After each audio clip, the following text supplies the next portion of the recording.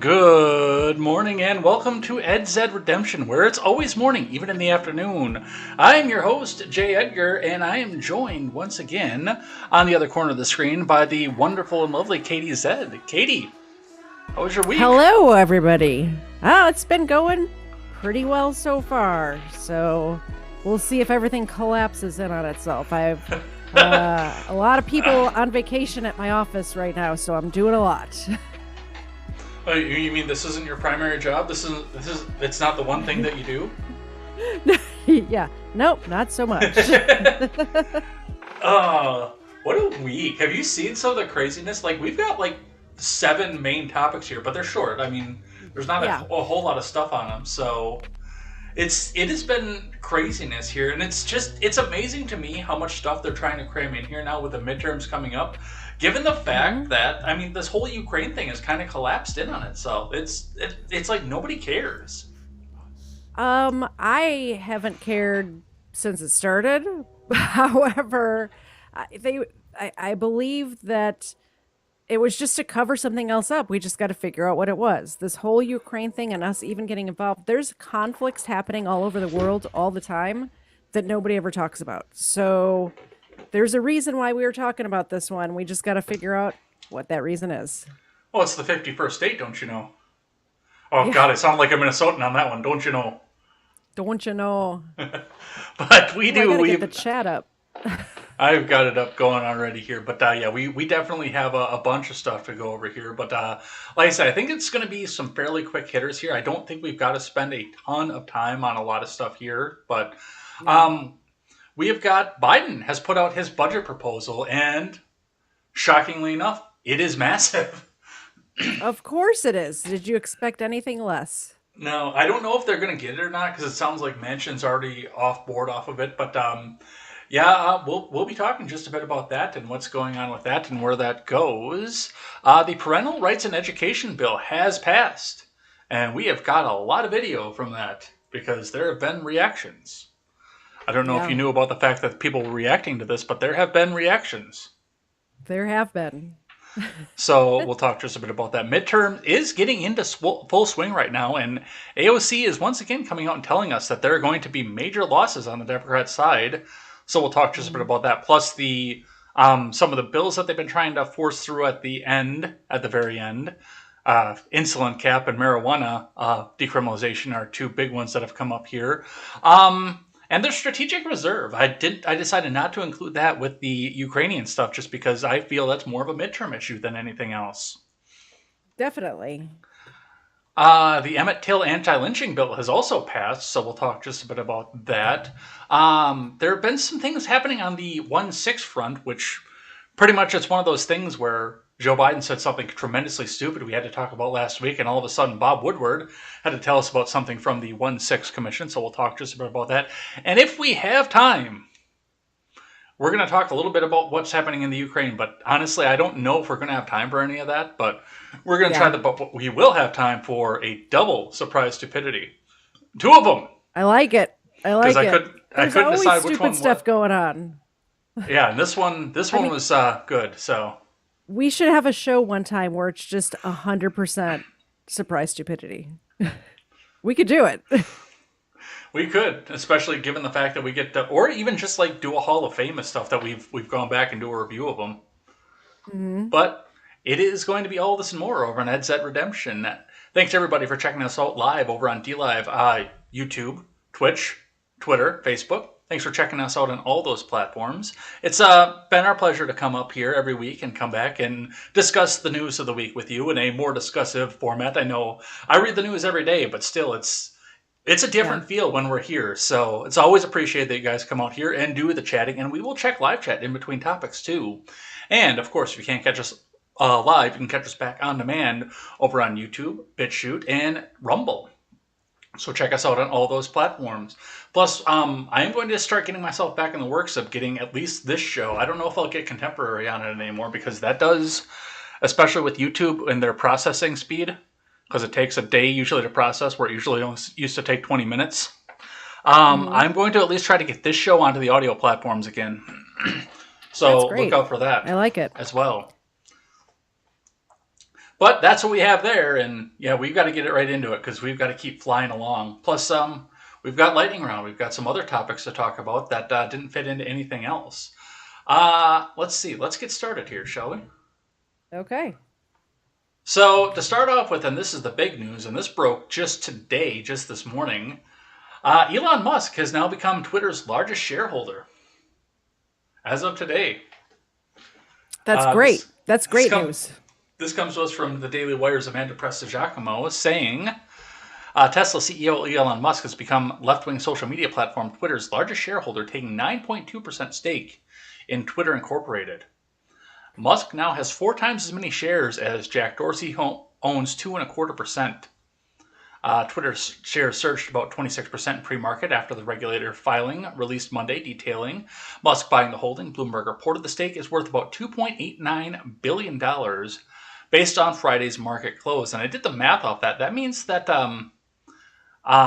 Twitter is worth, what did I come up with? Like, what was it, 60 some billion dollars? That's a lot of money. I have a hard time believing that. I'm not going to lie. I mean, I believe it. Maybe it was circling the drain for a little while, I know, but um, looking in on that, I don't know. But I mean, there's been major reaction already. There are people who are already saying that they're getting ready to quit Twitter, like developers that are saying, "I can't work for Elon Musk." I see, and I think this is a great thing. If I worked at Twitter, I would love to work for Elon Musk because at least he believes in free speech. Like, Yeah, but I don't and think the developers do. he's like, he's like the new Trump on Twitter. Like, he says funny stuff. I like it. And well, and that's part of where that goes to. Now, there have been questions going on about this. I mean, is Elon going to bring back? Is he going to do some change? I don't know if he can make decisions with that level of stakeholdership, Mhm. or if he can just put financial pressure on the system. I'm not sure exactly how it works with stakeholders. But good news, I finally got into the chat. Um, I'm not sure exactly how it works, but if he owns 51%, he can appoint board members and stuff now. So basically, he just needs to appoint people. He needs to appoint the people he wants to appoint, and then he can do whatever he wants. Yeah, and I mean, it is one of those things, and we'll have to see where it goes and what happens with that. But Mhm. yeah, this could be huge for free speech. Yeah. A couple of down notes, of course.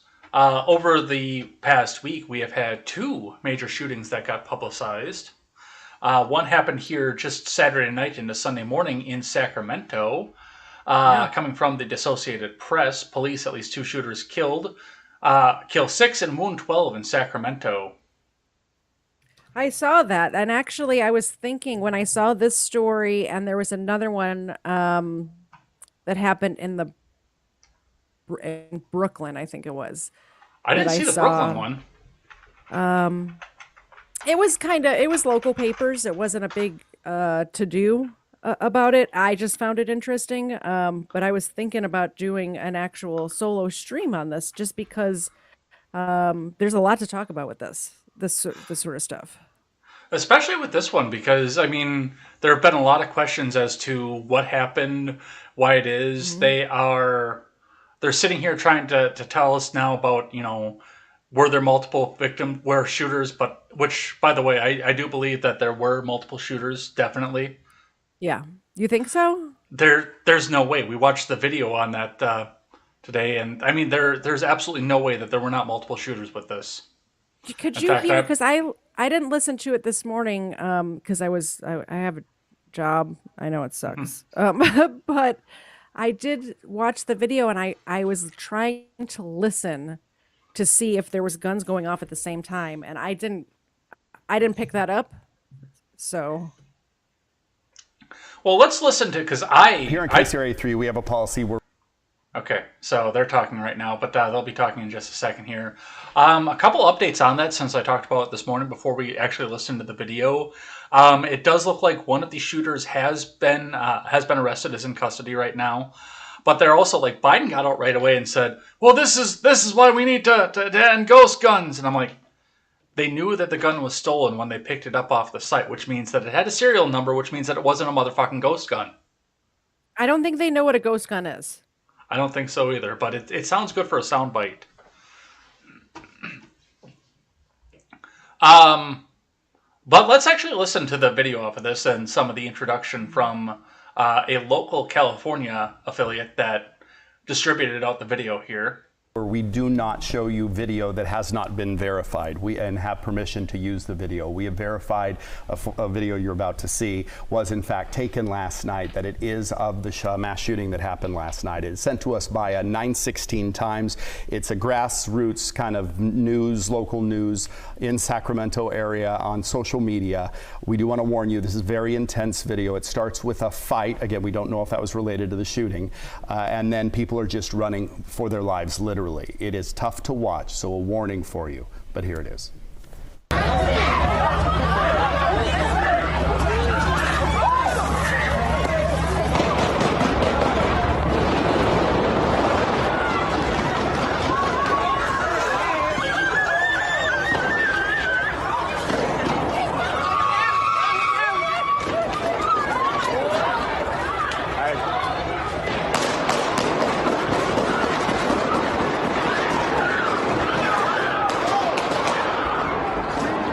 I hear that right at the end. Yep.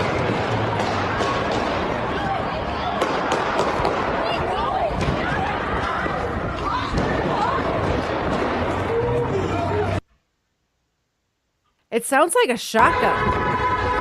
Possibly.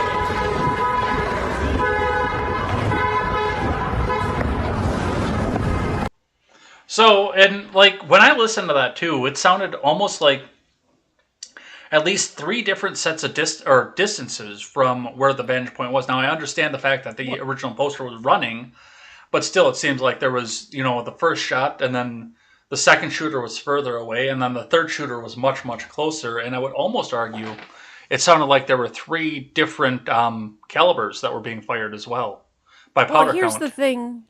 Well, here's the thing that I'm hearing, and when there's shooting going on in an area like this where there's buildings, a lot of times it does sound like different calibers, and that it's coming from different directions because of the echo. So I think if you notice, it seemed like the first set of shots was mirrored, and I think that was just an echo. But clearly at the end, you hear a shotgun go off or something higher caliber. I would think it's a shotgun, just because of how spaced apart the shots are.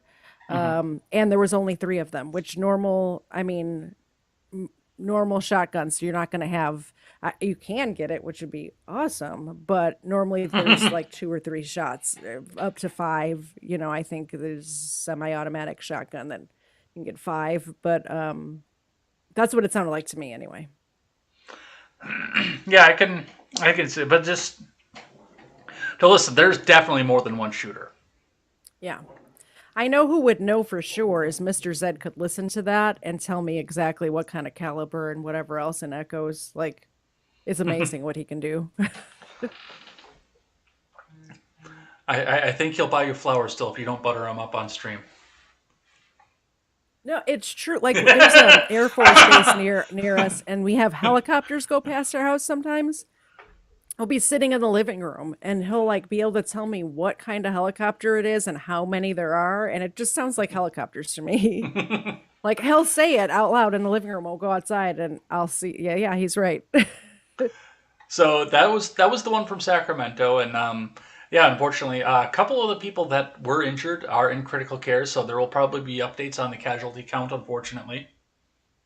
Yep. So we will see what happens with that. And then on the other side of the country, on Thursday, 12-year-old shot and killed at Greenville Middle School, 12-year-old suspect arrested. So this happened in South Carolina, which for the first half of me reading the article, I kept saying North Carolina. I don't know why. Oh. But reading from ABC 13, Greenville County authorities say a 12-year-old student was killed in a shooting Thursday afternoon at a middle school in Greenville, South Carolina. Although the sheriff's office has not released the victim's name, a family liaison who spoke with News 13 confirmed it was 12-year-old Jamari Cortez Bonaparte Jackson. Just after... That's some name. It is. Just after 1 p.m. Thursday, Greenville County Sheriff's Office deputies responded to the scene at Tanglewood Middle School, officials said. And, I mean, it is going down into the middle schools at this point. Now, interestingly enough, this story kind of dropped off after Thursday, so there was no more conversation about it, but still, it's gone down to 12-year-olds. Yeah, Did that's you see crazy. any more of this? I did not. Some of the other articles that I was looking at with this were speculation, but it sounds like there may have been, it may possibly not the shooter as engaging in gang violence, but as a retaliation against gang violence. That could be. That seems to be one of the rumors that was circulating around this. It does appear that it was handgun, which means that, we don't have to talk about that because it's not scary black composite rifle. Of course they're not going to talk about it, but if you look at the statistics, I don't want to bring up statistics. I know how you hate them, but most shootings and like actual murder, not just shootings or whatever, are committed with handguns. So I'm not saying that they need to look at handguns, but every time they bring up the big black scary rifles, I roll my eyes so hard I sprain my eyeball. Well, I'm not going to lie. When you said you know how I hate it when you bring up statistics, I thought there was going to be a 13 and then somewhere else in there 50. I was actually 53, but whatever. Yeah. But yeah, it's we don't know a lot of what's happened here, and this stopped being public at this point. But I mean, you see one mass shooting and then another well, this wasn't, I guess, a mass shooting, but. One shooting like this in a school and then a mass shooting, I do have to wonder, and I almost put these under midterm stuff because that is a tactic that gets used when Democrats are afraid of losing power. As they start publicizing, like the shootings are still happening. Are they though? Or they could be false flags. Like, let's not lie to ourselves. Like, when they're losing, stuff starts happening, and I don't know if it's just that they're reporting on stuff or they're making stuff happen. Let's not. The government we have history and facts going back decades that they pull this sort of stuff all the time. So why would we think they're not doing it now? Yeah. Well, I think it's more of the fact that they just don't report on it until they need to push the narrative. I mean, that could be too. There is evil in people's hearts. It's an unfortunate side of the fall. But... I'm not a conspiracy theorist, but I'm a conspiracy theorist. All right, let's keep going before we lose our YouTube stream here. The red-haired bobblehead made the news this weekend because she is leaving the White House, headed for MSDNC. Reading this from CNN. White House Press Secretary Red-Haired Bobblehead plans on departing the Biden administration in the coming weeks, heading to MSDNC. Two people familiar with the matter told CNN on Friday. Bobblehead has not officially signed a contract with the Progressive Cable News Network, but the talks are in the advanced stages, the people said. Axios, which first broke the news, reported that Bobblehead will host a show for NBC's streaming platform Peacock. She will also appear on MSDNC's shows. What are you thinking? Rats fleeing a sinking ship or something else? No, she's working for the same employer. It's nothing's going to change. She's just doing it on a streaming service instead of from the White House. Yeah, and I mean, notably, what does MSNBC do? They're the mouthpiece for whatever progressive organizations out there. What does Psaki do? Exactly. She's the mouthpiece for the biggest progressive organization in the country, which is the executive branch at this point. True. So you're absolutely right off of that. Yeah. But yeah, it's going to be interesting, especially when when she's not, but when they can pick and choose who she's talking to, because I mean, for the most part, we're not going to get the Peter Ducey barbs anymore, left and right. But and MSNBC is not going to allow anybody on there who's going to go against the narrative, unlike the White House press room. That's absolutely true, and that's probably how she got this job. Yeah. Some Maxwell news for you, since I know that you love that kind of stuff. The judge has upheld the conviction. Yeah, I This saw should that. come from Politico. The U.S. judge refused to throw out Maxwell's sex trafficking conviction on Friday, despite a juror's failure to disclose before the trial that he had been a victim of childhood sexual abuse. So they were gunning really hard to get a new trial because of the way that this one juror answered the question, and Judge Ellison J. Nathan said, "You know what? No, we're just Well, going and to do it." I think I mentioned it at the time, but I think unless this was one of those questions that was a, you know, i- if it was like there's certain questions they put on there that if you answer yes to this, you're definitely out. Like you cannot possibly, So if there was other people on the jury that answered yes to this, even though he said no and the answer was yes, I could see legally why they upheld it. I think I might have to, at the end of this stream here, go and reset the router because it's giving me problems again. Yeah. I Because can't get into Restream either, by the way. I thought I was in and it keeps logging into mine for some reason. I don't know what's happening. oh, I have no idea. But But I have the chat up on Twitch, so yeah, which well, and that works out too. But yeah, it did it on a contemporary this morning, and it did it just now again, bumped me off for half a second. So we'll reset the router after the stream, and if it continues to be a problem, Mr. Spectrum is getting a call. yeah. But yeah, going back to talking about what happened with Maxwell. I mean, I don't see any way that this would have been changed either because now she's in prison and now we don't go and look into. And I do think that some of the people who were involved in the purchasing of the wares that Maxwell was selling that we don't talk Hmm. about may have paid Judge Nathan off a little bit. Yeah. Because now Maxwell just goes down and that's the be all end all. We never talk about the customer list. Whereas I think if she'd have got retried, there might have been a chance to go talk about who was actually the purchasers of this. Because I know there's a public appetite for it, and you know there's a public appetite for it, and bacteria with a long enough telescope on Mars know there's enough appetite for it. Absolutely. Like So they say, Martians can come down from Mars and see what's happening here. well, we will see what happens with that and where that goes. But yeah, enjoy the rest of your life in a cell, Ghislaine Maxwell. Hmm. I think that she's going to go to the way of Epstein, mainly because they don't want her talking.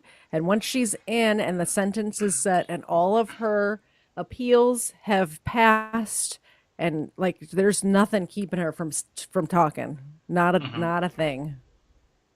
So we'll see. I pray that that does not happen to her, but I would not be surprised if you wake up in 6 months from now or a year from now, or whenever the appeals are done, probably several years. But and there's just a blip in the news. It's not even going to be a big deal. They're going to try to brush that right under the rug, and she's going to be gone. You know who else got in the news this week? Sarah Palin. I love Sarah Palin, not because I love Sarah Palin.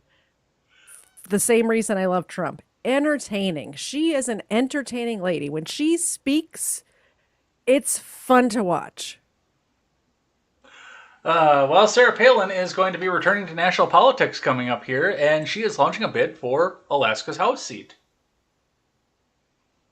That's great. Reading from NBC. In her first campaign for public office since '08, former Alaska governor and one-time vice presidential candidate Sarah Palin announced Friday that she is running for Congress. Palin, who was catapulted onto the national stage as John McCain's running mate 14 years ago, jumped into a race to fill the seat held by GOP Rep. Don Young for almost 50 years before he died last month. And Palin says, "Public service is calling, and I would be honored to represent the men and women of Alaska for Congress. Just as Rep. Young did for 49 years. America's at a tipping point, and I watched the far left destroy our country. I knew I had to step up and join the fight." It does appear that she is running on a populist platform, which means she is, of course, endorsed by Trump, which I find absolutely hilarious because she went from being the VP pick to one of the most evil neoconservative warmonger pigs in existence Yeah. to being approved of and what's the other word I'm looking for? Not approved of, there's another one. Endorsed. To being endorsed by somebody who hated that particular neocon pig. It's the entertainment value. Exactly. Yeah. It really is. And I want to say there was like 20 different people running against her or something like that. Some ridiculous. It was like the presidential elections were going to be. So I'm very interested. Like I usually don't follow other states local elections or gubernatorial elections, but I will definitely if I can tune into a debate that Sarah Palin's in, I will definitely tune into that. We should Nice. live stream it if there is it's fun to watch. If we can find one, we will see what we can do. Yeah. Some more terrorist news. The Islamic State has claimed responsibility for an attack in Israel that killed 2 police officers.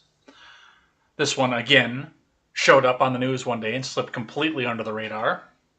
Reading from The Hill, the Islamic State claimed responsibility for an attack that killed 2 people on Sunday. This was last Sunday, so this was before. I don't know why we didn't even talk about this last Yeah. week, but 2 gunmen in Hadera, which is roughly 30 miles north of Tel Aviv, carried out the attack. They were both sympathizers of the Islamic State. Security footage showed 2 men with assault rifles open fire on a main street in Hadera, the news service added. You remember when for like 3 years you didn't have to hear the words, the Islamic State claimed responsibility? Yeah, absolutely. Whatever happened What to happened? that? It's all smoke and mirrors, you know? Yeah. Well, the interesting part of this is that Blinken was in the area when this happened. So I don't know if he was the target or not, but he was in the area when all this went down. Really? Yeah. Oh yeah, I think you were saying last week that, or maybe it was on Contemporary, It probably that was. he was like a few hundred miles away. No, that was when we were talking about the Ukraine, when they were lobbing bombs over at Lviv. Oh, And okay. Biden was Okay. a few hundred miles away in Poland. Yeah, that's what I'm thinking of. All the foreign stuff runs together. They all look the same. Yeah.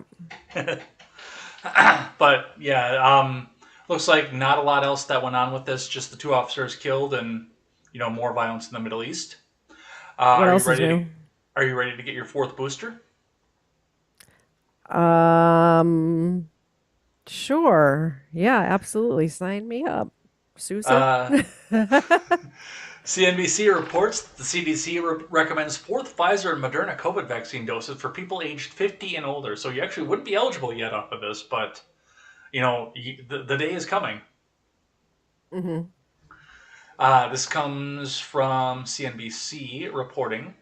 The top U.S. health regulators on Tuesday cleared the 4th vaccine doses for older adults amid uncertainty over whether even more contagious version of Ermagerd will cause another wave of infections in the U.S. as it has in Europe and China. The FDA has authorized Pfizer and Moderna 4th doses for everyone aged 50 and older, as well as a 5th dose for certain younger people with compromised immune systems. People aged 12 and older with a weakened immune system are eligible for the Pfizer 5th dose, and those 18 and older with the same conditions are eligible for Moderna. I don't know. I mean, are people really lining up to get this? I think people are over it. Even like the farthest lefties with the blue hair, I think everyone's over it now. I hope so, because yeah, I mean, you don't hear about it anymore. Right? You don't see about vaccine clinics and long lines anymore. But Yeah, yeah, I think most of the world is over it at this point. absolutely. All right, and the last one. Unfortunately, we have to do some advertising for our competitors, but it is something that I think is important. So we will read the last one here from the Daily Wire. telling us that audience wants content they believe in, not world corporations who hate them. Daily Wire CEO unloads on Disney, and we'll watch some of the video on this too. I think, yeah, I got the video for this one. But Jeremy Boring has announced that the Daily Wire, in addition to their movies, which from what I understand are pretty successful, You think? that's what I've heard. I've never seen any of them because I've never seen a single movie in my life. But from I what I was telling understand, you, I may have been telling you a few weeks ago that my nephew actually subscribes or, whatever the streaming service is for them. And I was really looking forward to him coming to visit when my sister got married. And then his flight got canceled. And he didn't make it down because there's like at least two of those movies that I really want to see, but I don't want to pay for them. yeah. Well, they are going to kids programming now. I mean, that's good. Boring has come forward and said that they are the first cartoon that they're putting out is going to be called Chilla Time. It looks like it is about chinchillas, That's brightly fun. colored chinchillas. All right. Well, if the left is trying to brainwash our kids in school, so we need some sort of programming at home. And programming, I mean like television programming, not programming like brainwashing. I'm saying like we need to reverse the effects of the programming that they're doing in schools. Well, let's listen to a little bit about what Jeremy has to say about this, and I want to talk just a little bit about what I'd like to do with Turn Some Pages because of that. But let's listen to this for just a second first. Okay. Our first docu-podcast, China, The Enemy Within. Our second docu-podcast, Fauci Unmasked.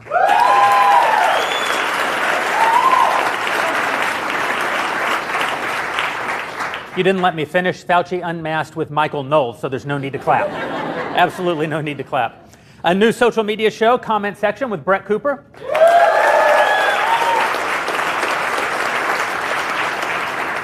The female Ben Shapiro is already doing almost as well as the male Ben Shapiro. The show has really taken off. It's an amazing new addition, and it represents a new foray into social first content. And of course, we launched the #1 sports show in its first week, Crane and Company.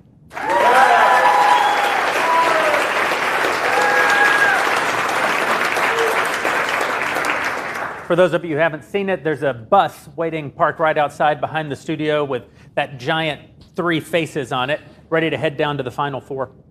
In that same time period, we've moved into our new studio in South Florida. We've picked up 14,000 square feet of new office space here at our Nashville campus. We've added 75,000 new paid DailyWire.com members. We became the 7th largest podcast company in the country per Podtrack, hit our 15th consecutive month as the #1 most engaged publisher in the world on Facebook, according to Newswhip. We killed it at the podcast upfronts, and we crossed the $100 million annual revenue mark for the first time. And at this moment, we have an annualized run rate of $150 million.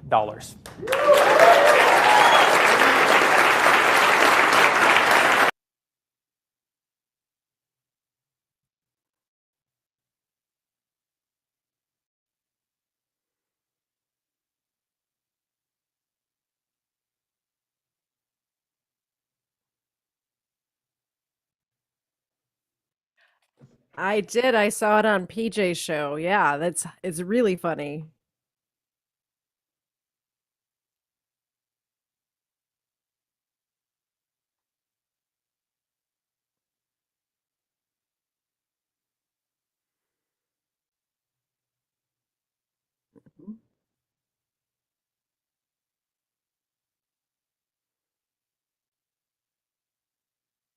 Yeah.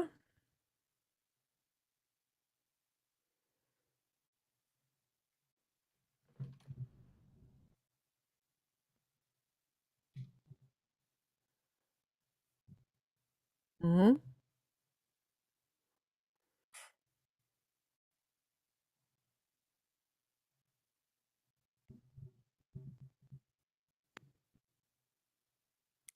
Yeah, it can be a whole like a multimedia company. Like it could cover all aspects of media.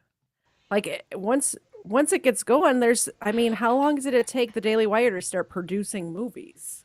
10 years? I don't know how long they've been around, but in 10 years from now, I mean, the sky's the limit, really, you know? Yeah, I don't know why when I put that video up, I hit the mute button on the OBS side. I didn't mute for you, but I muted on the OBS side, so Yeah. I hit that, unfortunately. So, but that's fixed.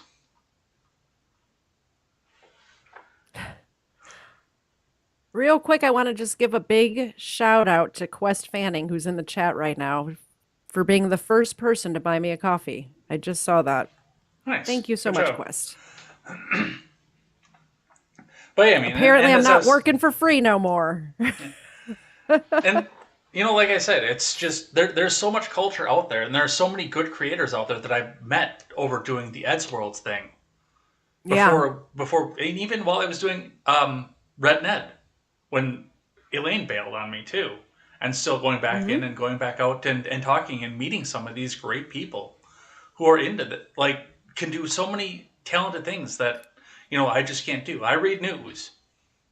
Yeah, there's so many talented people who are on our side, and they just need a platform to be out there. So that's what we see coming off of that. All right. Let's check in with some of the live chat and some of the people who told me that I was muted off of there. Yeah, I just happened to look down and see that my audio bar wasn't bouncing, and then I looked at the chat like right after that.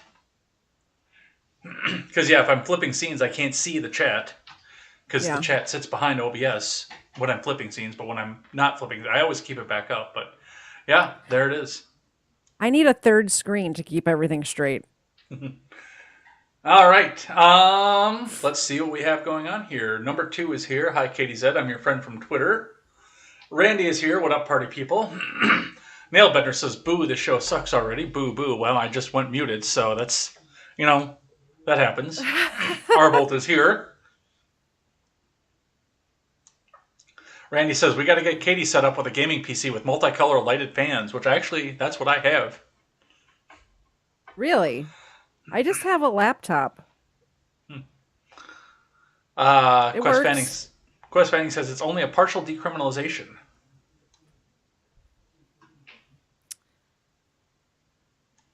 A decriminalization of what? When we talk about the weed decriminalization. Oh, yeah. Nailbender wants us to mirror on Odyssey, which I've got to get into Odyssey and see if I can get them to pick up automatically like Rumble does. Because I would be interested in doing that. I'd be interested in live streaming live to Odyssey too, but I don't know if there's a way to do that. Yeah, and Odyssey does the replays too, which is good to have the replays, especially if anybody accidentally says stuff that might get you a strike or a warning during a live stream or something like that. You could always put it on Odyssey. Yep. I'm not naming any names. Let's see. Quest Fanning's here, but do preferred shares have all the control?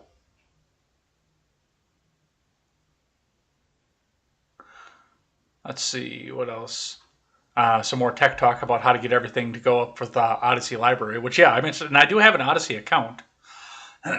So it would just be a matter of figuring out how to get it to mirror. Let's see. Life to the Max has got the ghost gun emojis. Randy says ghost gun, so like the proton packs in Ghostbusters. Exactly, just like that. Horatius is here, says diversity is our strength. A lot of people are agreeing that it's definitely multiple guns. Mr. Zed actually did too. Yeah, I don't trust know his where opinion. he is in the chat, but I did see him in here. I'm going to mess around trying to get your chat up while you're reading these, because I don't know, Randy my computer's a little says- retarded. Randy says, look, guy, I know you're being shot at, but could you maybe steady the camera or get a gimbal next time? Yeah, right? Mr. Zed says, I heard 3 different weapons, but the audio was not very good. We'll see if I can find better audio and let you know. Randy says, is that Bowling Green? No, that was Greenville, South Carolina.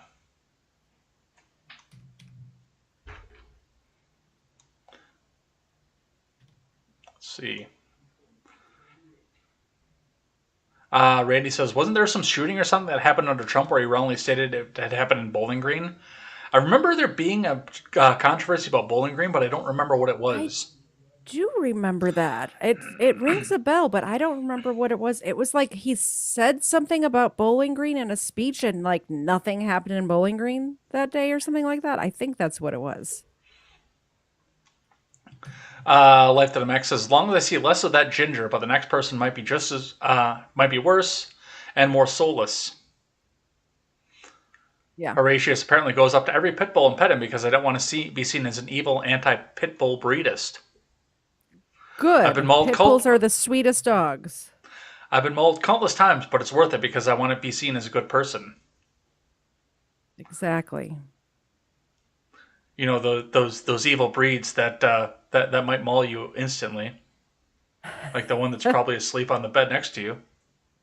She's got company. Leia and Luke are here, who you've met.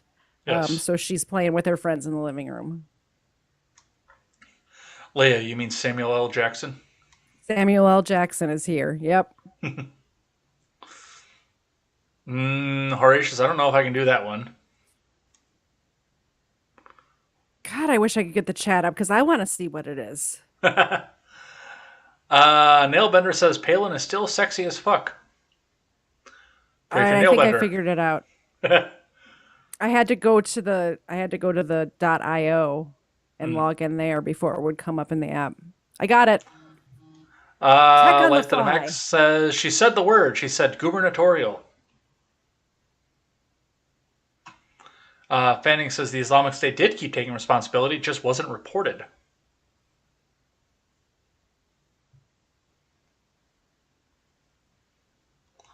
Let's see. Life to the Max says still more mass cards than there should be around me. Randy says, it's okay, guys. Fauci has stated there might be a case for natural immunity, but the question is whether it lasts, because the length of the vaccine efficiency is so high. And then, for whatever reason, when I played the video, I muted myself. I don't know why, but... Well, you need some super glue and duct tape. It'll be fine. Nailbender says, I can't stream a damn thing with my laptop. Clearly, I need a new one. Having been in Discord chats with you, Nailbender, I think that's more your internet connection than your laptop. But that's what we see off of that. Let's get into, because I think the first thing we've got to talk about for this is going to be the budget that was proposed. So, and it's another one of those things where it came and went, but especially with me being a major fiscal hawk, this is something that really, really irks me and bugs me. Like, they keep talking about doing the Build Back bullshit bill. They keep talking about doing this and that and the next thing. And honestly, it's the budgetary stuff that irks me, because there hasn't been a budget since Obama, realistically. And the last time we had a balanced budget was under Clinton. For God's sake. Was there a balanced budget under Clinton? Yeah. Yeah, he got a lot of press coverage over it, too. It was in, I think, 96. Oh, yeah, I was high in 1996. I don't remember. So, but let's talk just a bit about what's going on with that. So, we'll start here. I just want to read a little bit from The Hill off of this one, and then we'll just talk about some of what's going on with that. So, The Hill reports Biden unveils $5.8 trillion budget proposal with tax hikes, spending boosts. So, to read a little bit into this, Biden on Monday unveiled ambitious proposals to reduce the nation's deficit, which that blows my mind. Hey, let's go spend $5.8 trillion to reduce the deficit. But a big part of this budget proposal is major tax hikes targeting wealthy individuals while outlining boosts for military and domestic programs. But it is a $5.8 trillion plan. Biden says budgets are statement of values, and the budget I'm releasing today sends a clear message that we value fiscal responsibility. And yes, he actually said fiscal responsibility. Safety and security at home and around the world, and investments needed to continue our equitable growth and build a better America, Biden said in a statement on the budget's release. Some of the interesting parts of this is international and domestic security. There has been a call for $773 billion in defense spending, a slight increase over the 2022 level. according to a White House fact sheet. Another $1 billion of assistance to Ukraine on top of that, plus $6.9 billion for the European Defense Initiative, NATO, and countering Russian aggression. This also includes $30 billion for state and local law enforcement, crime prevention, and community violence, and $1.7 billion for a Justice Department firearm trafficking strike force. Biden has showcased support for law enforcement as he seeks to counter Republican efforts to paint Democrats as soft on crime, which nobody's shocked about that because he is the author of the Tough on Crime bill. Budget also includes $81.7 billion for the Department of Health and Human Services over 5 years, $9.9 billion for the CDC, $3.3 billion to support clean energy projects, and $18 billion for climate resilience programs. Where do you want to start? Money grows on trees, so what does it matter? You know? I don't know if it grows on trees. I think it grows in the Fed. Well, that's what I mean. It's like they have no concept of what this is. People who are cheering this don't understand economics 101. Like, this is basic stuff here. It's very basic stuff. So, they're tanking the country. It's not just the economy. They're tanking the country, and there's a reason for it. They want you and me and all my neighbors and all of your neighbors to be dependent on them. This is why they're doing this. This is why they're saying don't stockpile. Yes, there's going to be a food shortage. Don't stockpile. You know, they're just sending out free money checks in the mail to everyone. This is an issue. They want you dependent on them. That's the only reason that I can possibly think of for any of this to be happening. Mm-hmm. Well, I guess my first question is what do you think about the statement of financial responsibility? That was hilarious. Yeah. Fiscally responsible. Like, it's just ridiculous. I mean, talk about an oxymoron.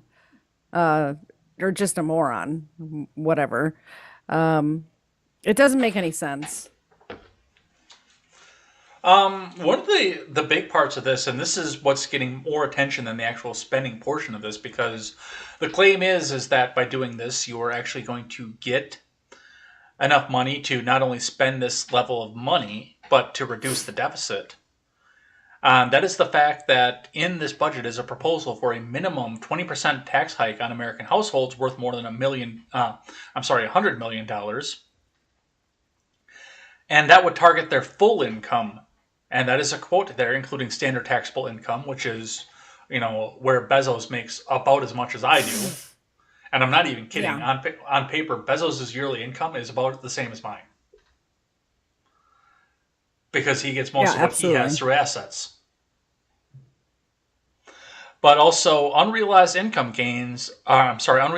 like gains from stocks is part of the plan to reduce deficit over time. So we're back to this conversation about unrealized income. And I wanted to get your thoughts on that. I mean, I don't think, like I was saying last week, I don't think money should be taxed twice. Having, what is it called? Gains tax or whatever. Yeah.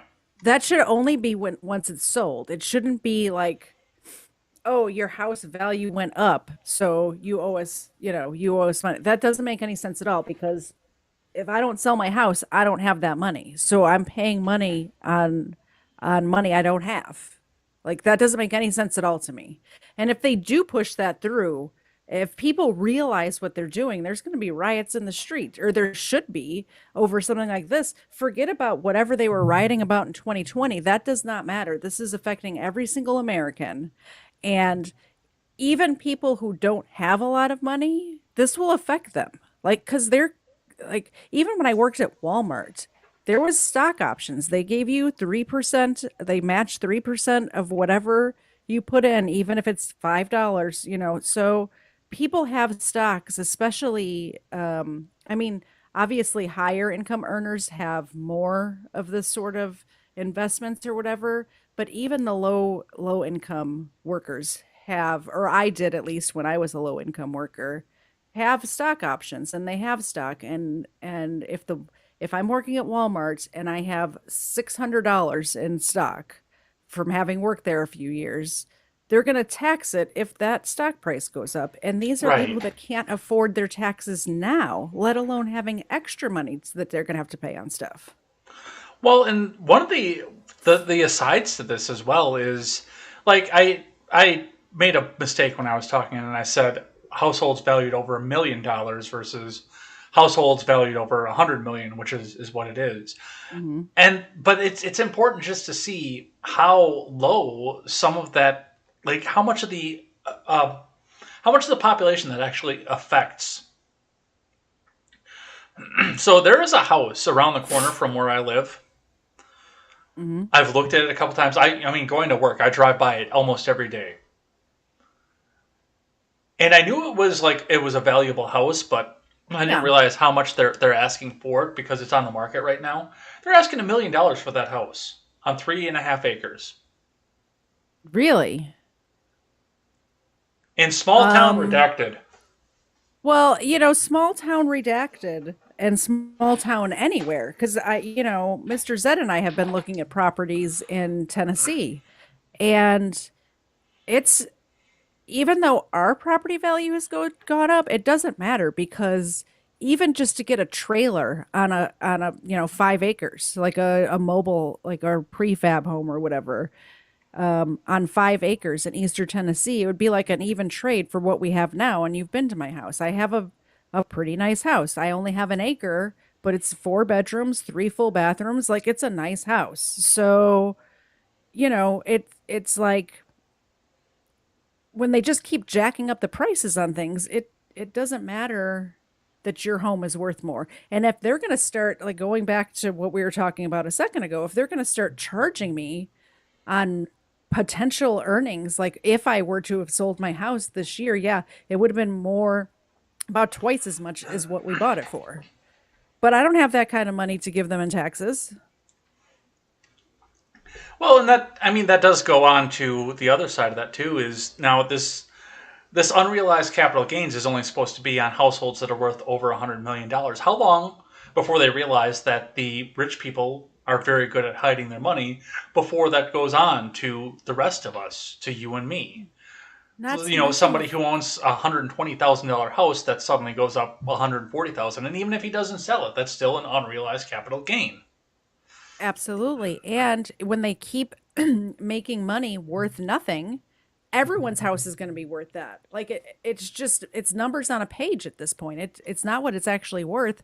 Like if they keep the rate that they're doing this now, then what did you say, 100 million? Everyone's house is going to be 100 million. The house that you Yeah. bought for $150,000 in 2008 is going to be 100 million if they keep just pumping this country full of cash that's not backed up by anything.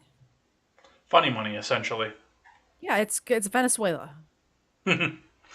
So, and it is interesting that you bring up because we did get I mean, just before he comes out and says, "Oh man, I want to spend $5.8 trillion," we get the inflation report for the PCI, the Personal Consumer Expenditures Price Index, and that is at 6.4%. And that is the Fed's favorite measure of how bad the economy is going. And we're at Yeah. 6.4%. That's since 82. We haven't seen that in 40 years. Yeah. Exactly. And the rate that it's going up is insane. Like usually it's a slow climb. Since Biden's taken office, it's been like the slow climb and then bam, like that. Well, and I mean, because I know that, like, if you go on Twitter and you complain about something like this, one of the first things that people will always come on and say is, "Well, I bet you didn't mind all the spending under Trump." Like, I do know people that are like that they didn't mind it under Trump. I was not one of them. Yeah. I was one of the first people to come out there and say, "Stop spending the motherfucking money because we don't have it." Absolutely. I'm the same way. It doesn't matter who's in office. If they're doing bullshit, I'm going to call out the bullshit. Yeah. And we do need to sit down and we need to slow down some of this asinine spending. It's not about trying to get more money out of the billionaires. It is about stopping what we see out of this. But some of these people have been so brainwashed by the public school system. I'm sorry. That they believe that the only way to be prosperous in this country is for the country to spend money as a whole, not the people in industry to come out to spend the money to hire people. Absolutely. So that's what I see coming off of this. An interesting side that went with this. And I've got some other stupidity that wasn't surprise stupidity that went along with this. And I also put a couple articles over here that were supposed to go in another window, but we'll be talking about that.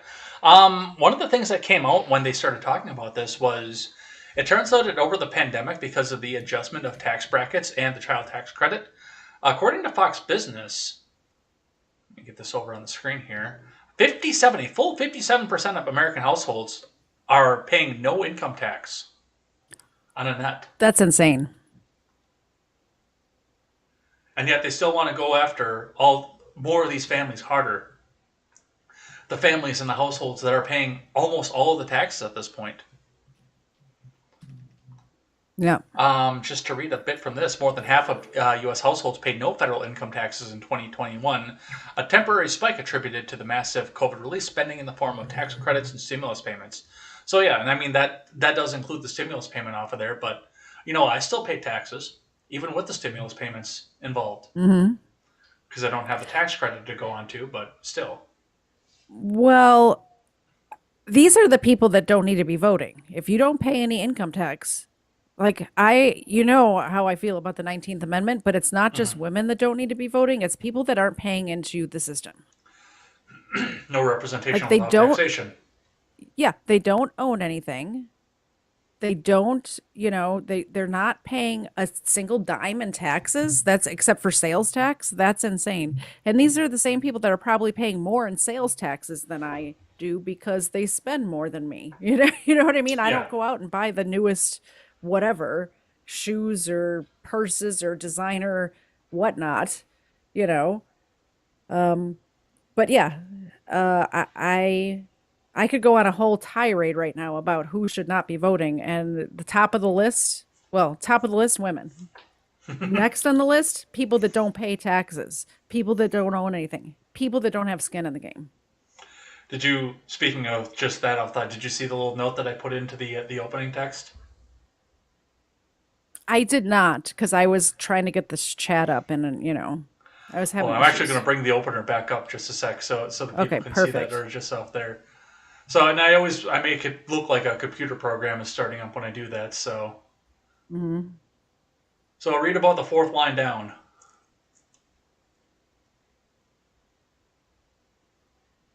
Hold on. Here, you want these? Yes. Perfect. I like it. I thought you would enjoy Yeah. that. Could we bold that and maybe underline it? Unfortunately, the font that I used, there was no bold option to it, but I thought you would Yeah. enjoy that. Could you send me that? Could you send me that card? Yeah. I need to post that everywhere.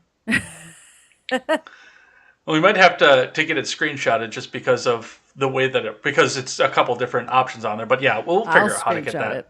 Yeah. We'll figure out how to get that there. But yeah, I thought you would enjoy that. I do enjoy. I am the enjoyer of the repeal of the 19th. And people think I'm joking when I say that. Everyone out there, I don't know.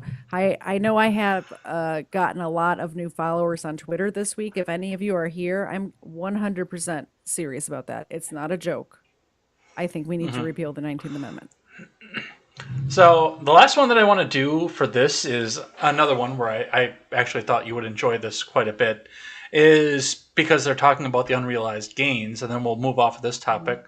But this tweet came out, and it's one of those things, like, I know this is going to make a lot of people angry, but it's one of those things too where, if you hear a funny joke, you don't want to be the only one laughing at it. You want to share it with people that you think is funny. Yeah. And there are people that actually are this stupid. They actually believe this. So Dan Bowen, who is at Scotch Guy Dan, tweets out, I don't want Elon Musk or any other billionaire spending a dime more on taxes until the federal government can give me a valid reason why. In the past 20 years, our spending has increased by 310% when our population has only increased by 16%. Which, I mean, that's a valid response. But the response that came to this came from Bridget, who says, here's another try to keep up, Dan. The top 1% are so rich they could pay off the $29 trillion national debt and still retain about $11.9 trillion more wealth than the entire bottom 50% of American families taxed the 1%. Source, Federal Reserve. No, absolutely not. This Bridget person is retarded. For many reasons. But it's a percentage. It's percentages. It doesn't have anything to do with how much money. It's percentages. When people are paying zero, that's a problem in my book. Like I could even see. I personally think it should be just a straight, pick a number, 12%, 25%, whatever the percentage. Pick a number. Everybody pays that. If everyone paid a percentage, then yeah, the people who aren't paying anything, obviously their taxes would increase. However, everybody else's taxes would go down. So people need to be paying something in. And guess what? If I was the supreme leader of the world, if you paid something in, even if it's 5% of what you make, you get to vote now. How about that? It's an interesting way to go. But number two, this is the other side of this. And we're talking cash, not wealth, which that is an entire completely different argument. But yeah, the actual amount of money that the upper 1% has in this country wouldn't keep Medicare going for a year. No, absolutely. If you convert their wealth. And but further, go ahead. This is communism. Just taking people's wealth away because they have wealth. This is communism. Well, the other side of this, and this was the one that really got to me, is, and I pointed this out on this. The fact of the matter is people like Bridget here believe that. What's that? Retard. Well, people like Bridget here believe that it's not, the wealth is actually a big money bin like Scrooge McDuck, and they can just go in there and swim around in the coins. No, it's invested in shit. Yeah, it's tied up in assets. It's invested in stuff. Yeah. It's tied in assets, and if they go to unload $31 trillion worth of assets at once, then it's going to tank every market and every dollar that is attached to that market. Absolutely. And furthermore, like if you go to sell, like you want to, what is it? Bezos has a $600 million yacht. Let's just use that as an example. So he wants to go sell his $600 million yacht because the government's trying to take his wealth away from him. Yeah. The only person that he can sell that to is somebody who has $600 million, and that's assuming he gets market value for it. But they're not going to have that because whatever they had their money tied up in, the government's taking that shit too. Yeah. The whole economy collapses under Bridget's rule. If Bridget was supreme leader of the world, everything collapses. You're going to have to eat the lentils and the bugs. That's just going to be it. Well, I'm pretty sure if Bridget was supreme leader of the world, you and I would both be in a camp. If Bridget was supreme leader of the world, I'm moving to Mars. Pretty sure you and I would both be in some sort of camp somewhere where we learn how to focus really, really well. Yeah. Can you read some chats or something real quick? I just need to take a quick break. Yeah, we can do that. Thank you so much. So let's see what you guys have to say here. Let's back up here.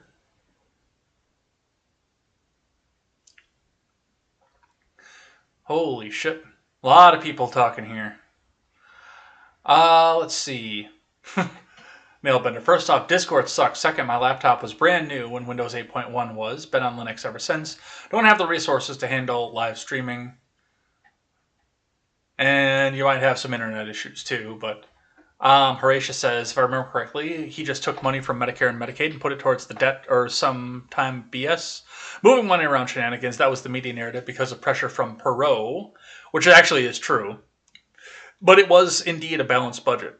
How they did it, a little bit of smoke and mirrors, but balanced all the same. Quest Fanning is having some very, very weird dreams here. Darth Maul killing chinchillas and Palin in a bikini on a chain next to Jabba the Hutt like Princess Leia Thomas. That's what the record is going to show, is that Quest Fanning said Leia Thomas. That'll be an interesting dream. Randy remembers as well that Clinton cut military spending. Yes. I don't think that the progressive wing can get away with that anymore. Let's see. Fanning says they want us to be miserable. Frankfurt School, natural extension of Marxism. Nailbender, I'm from the government and I'm here to help.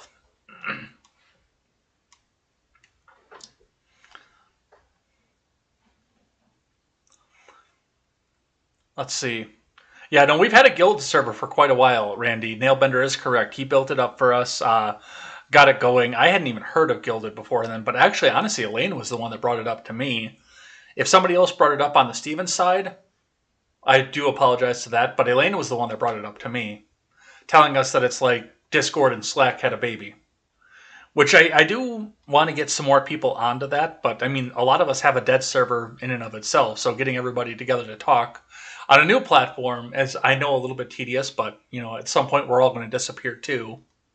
So the option is there, and you guys can all join. Everybody is invited because it's all right there in the description.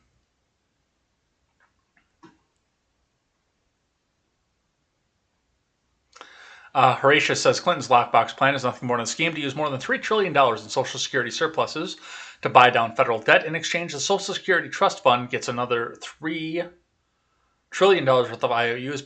To be sure, most Americans would rather pay down the debt than use Social Security's surpluses to fund pork barrel projects.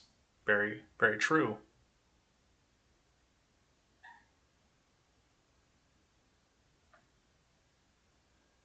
Horatius says, imagine the housing prices in a couple years with tens of millions streaming across the border.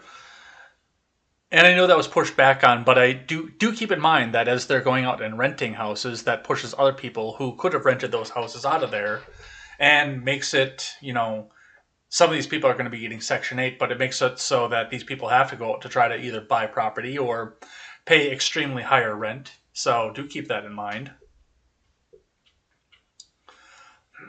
Fanning says, people just need to stop being poor. Duh. Nephilim says, I just spent $3,000 on fruit trees to fight inflation. Fruit for friends in a year. I want to get some fruit trees this year as well. So that's going to be something to look forward to. Horatius says, those with kids make $15 an hour won't pay taxes.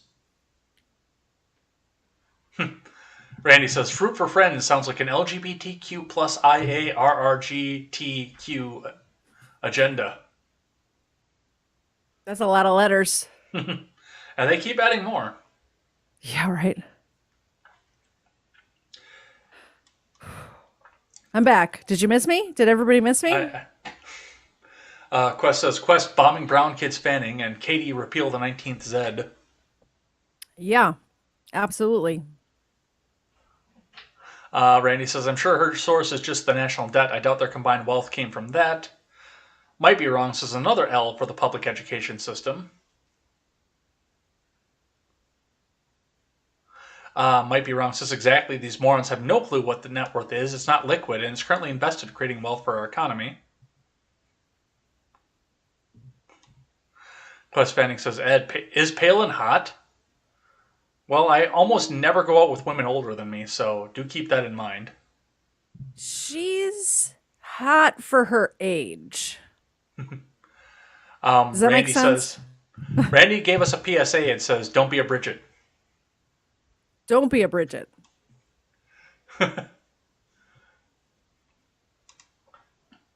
Let's see. Nailbender says, I'm not in everyone's Discord because I honestly hate Discord, but I'd love everyone to join the Gilded server because I need suggestions for what's missing and to test a couple changes. So go and check that out. All right. Yeah. We have got to talk a bit about... we're going to talk about the Don't Say Gay bill. Oh, the one that...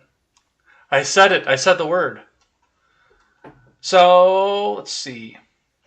We're going to start here with ABC telling us that indeed Governor DeSantis has signed the controversial, quote, "Don't Say Gay" bill into law. Florida Governor Ron DeSantis has signed the Parental Rights in Education bill, dubbed the "Don't Say Gay" bill by critics. The bill bans classroom instruction on sexual orientation or gender identity in kindergarten through third grade and states that any instruction on these topics cannot occur in a manner that's not age-appropriate or developmentally inappropriate for students in accordance with state standards, according to legislation HB 1557.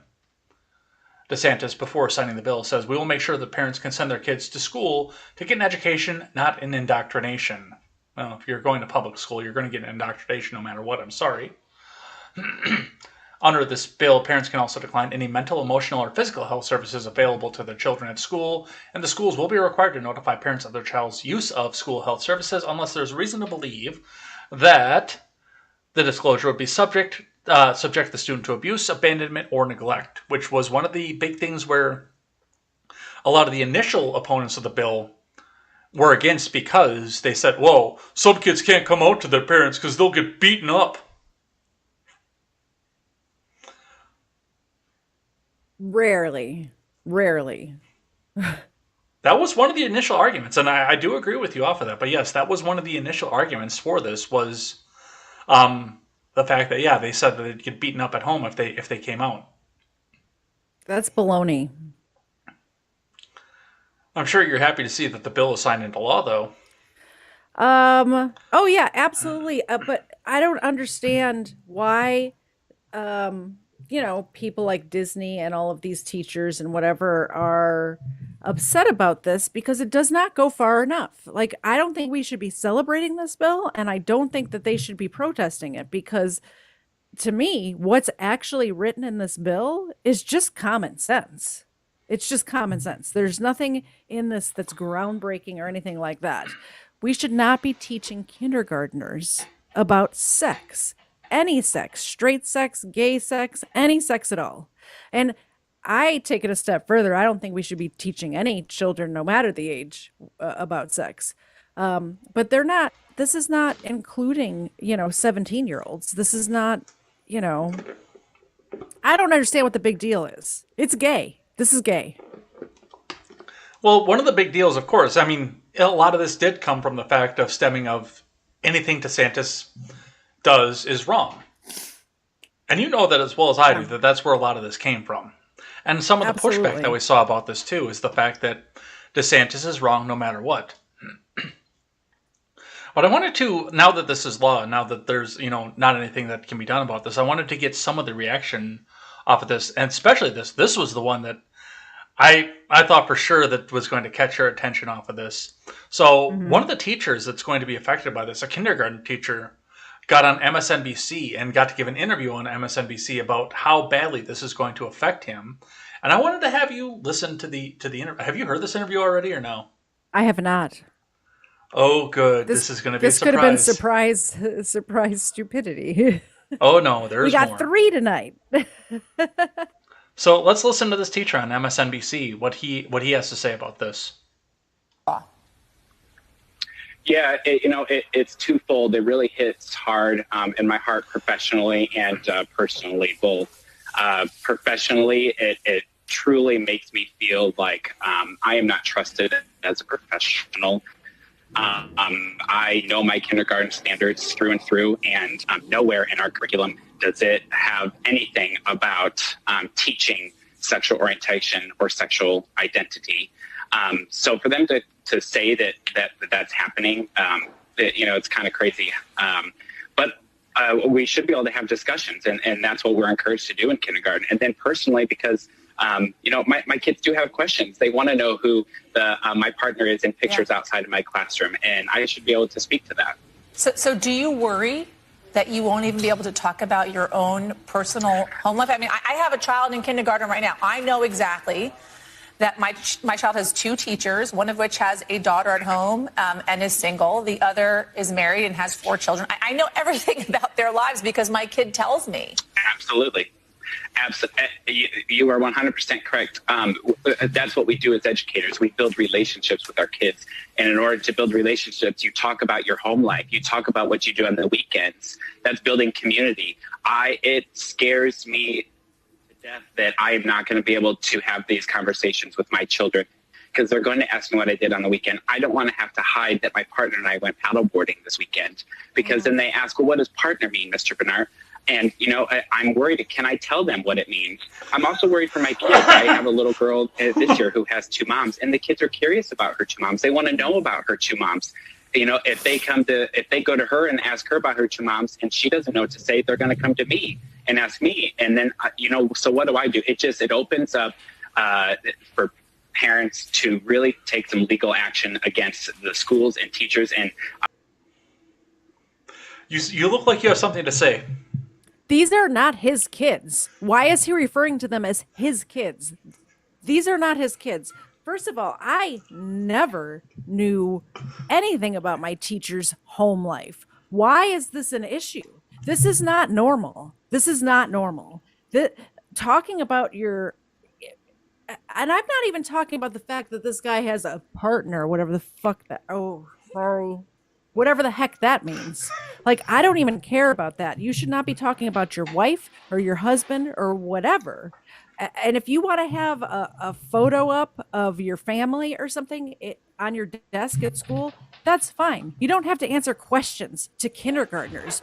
You're the boss, dude. You just tell them no. Like, you're the adult. What are you doing?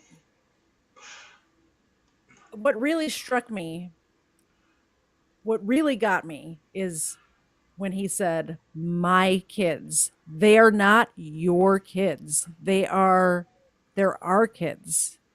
You let us teach them. You shouldn't be talking about sex to kindergartners. Whatever questions. You know what the answer to those questions are? Go ask your grown-up. Go ask your adult. Like, whoever your person is, your guardian, your mom, your dad, aunt, uncle, whoever it is, ask them. That's the answer every single time. And you know what happens? They stop asking.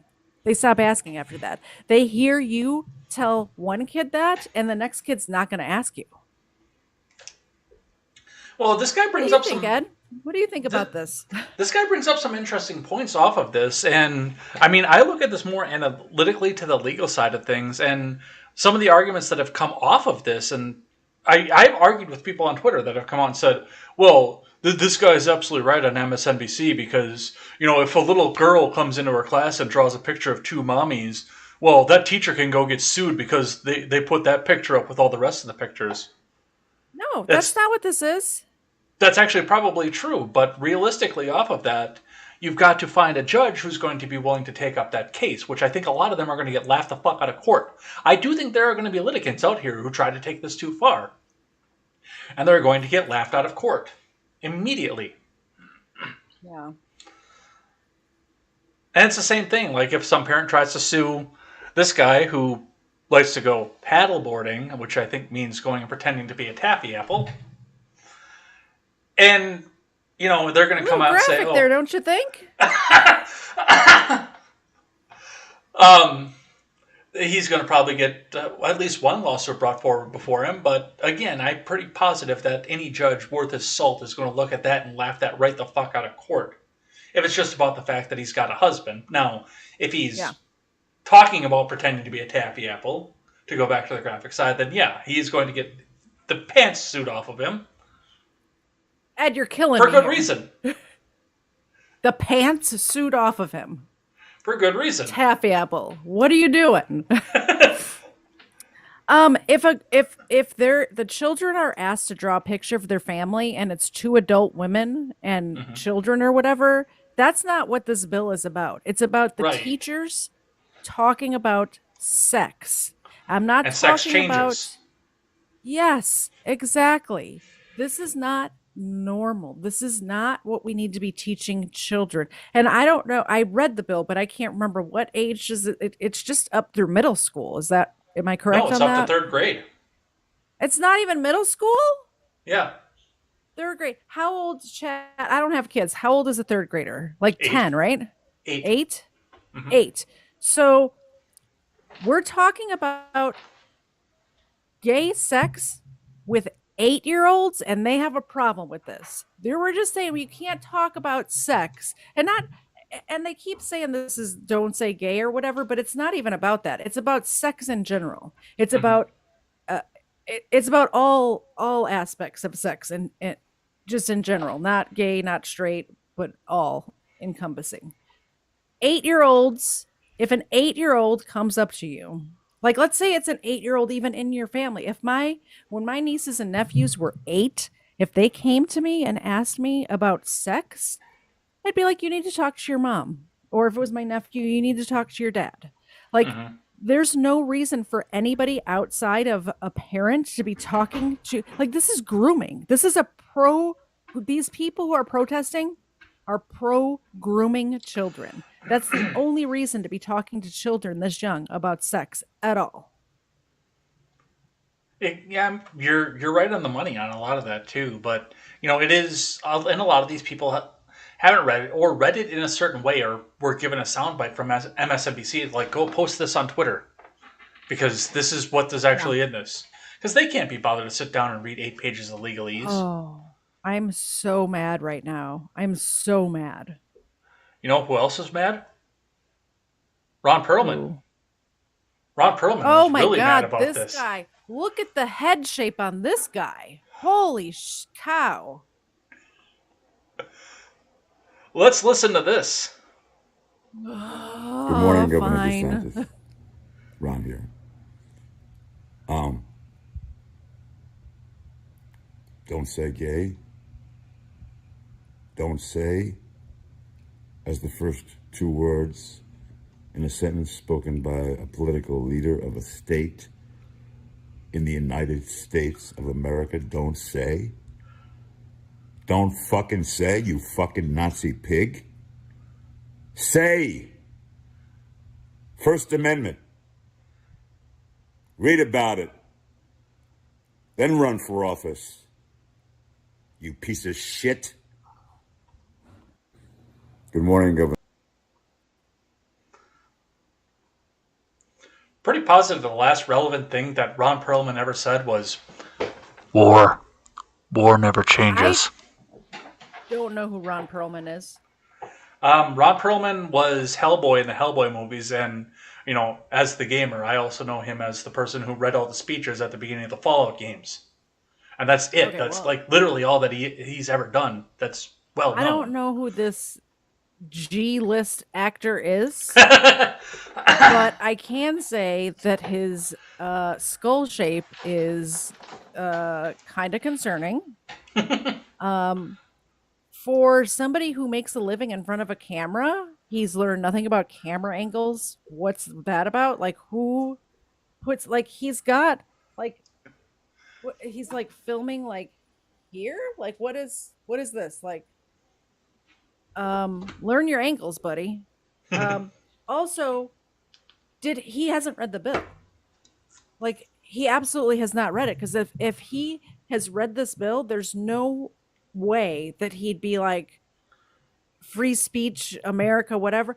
Like, if you're a decent human being, you try not to use swear words around children. Like, if you're in a crowded room and there's children around, you watch what you say. This is normal human behavior. I know. That's all I got. Well, we've got this teacher out here, and this goes on a, we've got this side of things, and then we've got another angle from MSNBC, or I'm sorry, regular NBC, not MSNBC, talking about some of the teachers' reactions to this, on top of our fairy friend that we talked about just a bit ago. This teacher has decided that she has the solution to this. This comes to us thanks to Libs of TikTok. Love Libs of TikTok. I just want to go ahead and state that I would rather lose my job than out one of my students to their families. Being a safe person and a safe place for kids that don't have that at home is one of the best parts of being a teacher. So yeah, I'm not doing it. I don't know. Fire me, sue me, take me to jail. I'm not doing it. I was talking and I didn't have my mic on. That's okay, I did that earlier. We're talking about 8-year-olds. Like, it is absolutely the parents' business what's happening with an 8-year-old. Ridiculous. But she's not going to out them. She's going to be She the needs safe to person. lose. She needs to lose her job. She needs to lose her. And why not set up a system where it's not the teacher's responsibility at all? Why don't we have a school nurse or some other intermediate counselor, somebody with some sort of mental health training, to decide what's like. And I'm just talking compromise here. I think absolutely the children need to know immediately, but it doesn't need to be the teacher telling them about it. It needs to be the school nurse or the school counselor or somebody in that capacity. And that's a very fair point. That's, I mean, one way to look at this. Well, maybe fortunately for us, but unfortunately for Florida's education system, it does seem like there is another reaction to this. So to read from NBC, I cannot teach in Florida. LGBTQ educators fear fallout from new school law. And I kind of am digging the fact that they put literally Miss Frizzle at the top of this article. I looked at this at the beginning and I was like, are we talking about the parental rights and education bill, or are we watching an episode of the Magic School Bus? Oh, is that what that's for? I don't know, Miss Frizzle. But in my opinion, this outfit looks like she's trying to dress like a child. This looks like a children's dress, which is also indicative of groomers. So we gotta keep our eye on this one for sure. Well, then that's why the Magic School Bus joke worked. The teacher in the Magic School Bus book series always had a dress on that was themed to whatever lesson the Magic School Bus was going on in the book, and then subsequently the TV show. So it looks like the TV show was grooming. It looks like this is going to be the Magic School Bus explores the solar system. But this is Miss Solomon, but there's also Robert Thalender as well. Both of them are resigning their commission as teachers because they're afraid that if they go to try to teach in school as being LGBTQ, then they will be either taken to jail or sued the pants off of. Good riddance. Yeah, that was at Midget B when I posted this in the Discord. Midget B is like, "No, please don't go." Like, seriously? Like the sarcastic "don't go." Yeah. If you can't not talk about sex to children, you don't need to be a teacher. And I'm glad they're leaving. Wait, who's this guy? This guy's a pedo. Look at that face. I'm telling you what, he's got that same skull shape as that Ron Perlman guy. Look at it. Look at his head. That is 6th grade science teacher Robert Thalender, who denied having discussed his marriage. That's actually the interesting one off this too, because apparently Thalender was one of the people that kicked this whole thing off. Now that you've mentioned that, I actually want to discuss this for just a second. And read from this. Head shape? No, not head shape. So let's actually read what this article says. Last month, a group of parents in Orlando, Florida demanded consequences against 6th grade science teacher Robert Thalender. His crime? Thalender acknowledged his marriage at school. He married a man. This alone is not an issue. Sharing the details with all his 6th grade students is the issue, the parents wrote in a letter sent to their children's school board, which was shared with NBC News. It was not appropriate. Many of these students felt very uncomfortable with the conversations and shared this with their families. Had Thalender just said, he will be out for a few days because he was getting married, no problem, the letter continued. But to discuss the details and create an uncomfortable situation for the students with no benefit to teaching his subject matter is inappropriate. Now, of course, NBC didn't share the details of the letter, so I don't know what was in the letter, what was said, or even what was said in the classroom. All right, what is this guy's name? I gotta find this letter later tonight. Robert Thalender. I'll save the article so I can send it over to you. Yeah, for sure. I want to know what's in this letter. I want to know what these parents wrote to the school board for sure. I might change up the whole plan and cover this sort of stuff. This is pissing me off. Like if I do a solo stream, because this bullshit right here is bullshit. Yeah, and I mean, I know you and might be wrong just mentioned too. First off, I believe Quest Fanning has a quote about what was said in this. In the chat, Quest Fanning says, in quotes, "First I lubed my husband's butt." Oh. Could we all just take a moment and pray for Quest Fanning? Quick second, pray for Quest. Here's the thing. I don't even like I was saying, I do care. I shouldn't say I don't care. I do care that he married a man, but I would also have an issue with a heterosexual marriage of a teacher getting heterosexually married. Mm-hmm. You know what I'm trying to say? Talking about their partner in class. Class is to learn your ABCs and your 1, 2, 3s, not to learn what happens on a wedding night. It's ridiculous. Well, and I was going to go back too and mention the fact that you had mentioned that you didn't know the personal lives of any of your teachers, which, if I remember correctly, you went to a Catholic school, so they were in a monastery anyway. Mm-hmm. Not all of them. Not all. I did have several teachers that were nuns. However, I also had many teachers who were not, who were just normal, teachers with a husband or a wife or whatever. And I didn't know anything about their families. Like the only ones that I knew were teachers who had kids in the school that were our like school age children. And the only reason is because I knew Mrs. Yonkers or whatever had a daughter who was 2 grades younger than us, Yeah. And actually, I understand how that goes too, because, it was the same thing when I was in school. The only teachers where I knew, there were a couple where I knew that they were married because they were married to other teachers. There was a couple that were married when we were in middle school. They were, one was actually my 6th grade math teacher, and I don't think I had his wife as a teacher. I think my sister did, but I don't believe I did. I don't think she was ever my teacher. But then also the 7th grade English teacher married the 6th grade English teacher after I got out of middle school. My sister had the 7th grade English teacher under her new name, and I actually had no idea who she was talking about. Yeah. Because she had a new last name from that point. Other than that, there was the Spanish teacher whose daughter was a year behind me, and that's the only reason I knew any details of the family.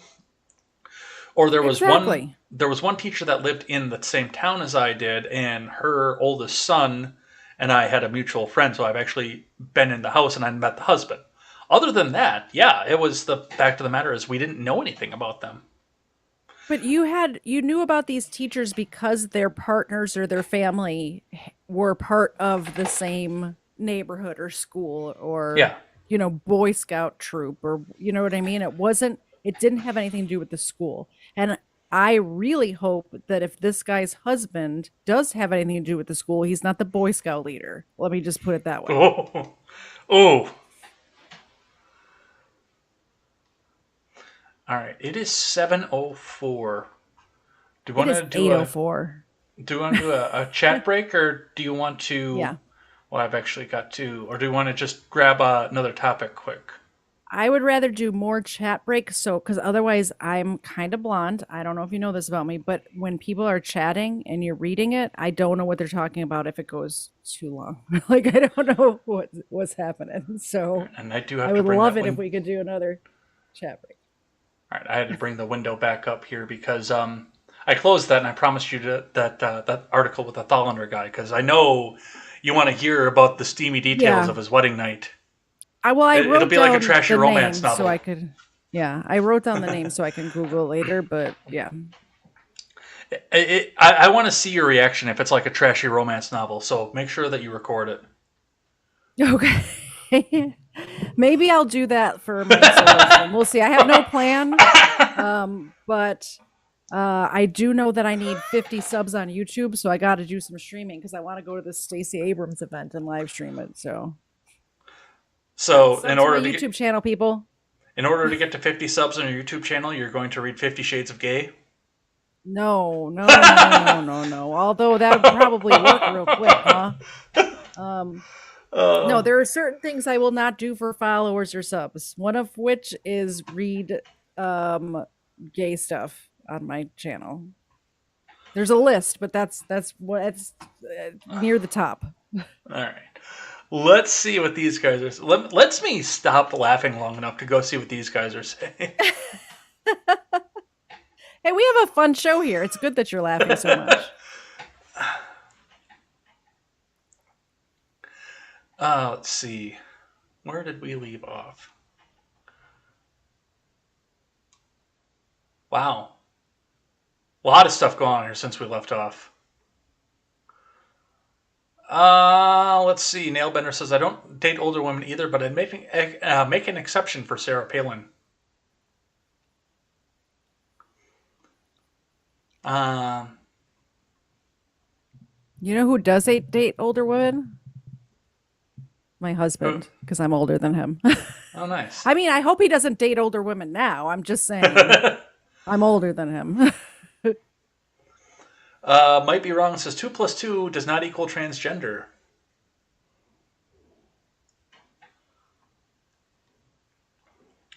Might be wrong. Also says the beatings will continue until homosexuality improves. That could go either direction. Yeah. Randy points out it treats Straingate the same, but one side takes it as an attack for some reason. Horatius says Lipschitz hate being called groomers and pedos by their reactions on social media, so call them that. In my opinion, it's true, too. They're all pedophiles. They're not all pedophiles, Susan. Probably not all, but the percentages don't lie. And we've discussed in the past, once it gets over a certain percent, you can just say it without having to qualify your statement by saying not all. Randy says, you aren't trusted. No teachers are trusted anymore. Might be wrong. Says paddleboarding equals sodomy. Yes. Randy says that'd be like walking around as a Walmart worker, holding a picture of your spouse and then complaining that Walmart doesn't want you to get into conversations that have nothing to do with work. Yes, exactly.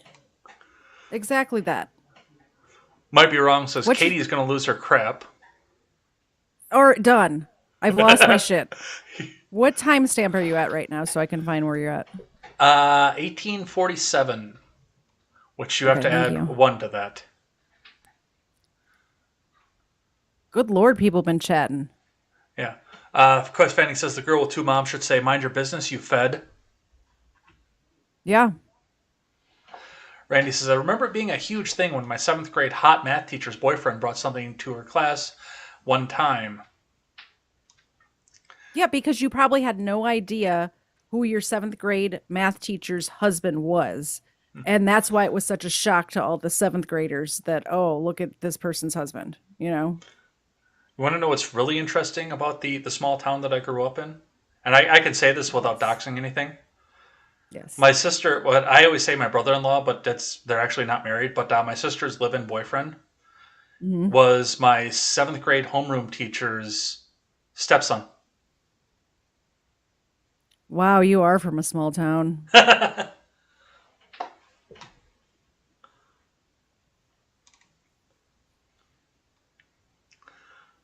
Let's see.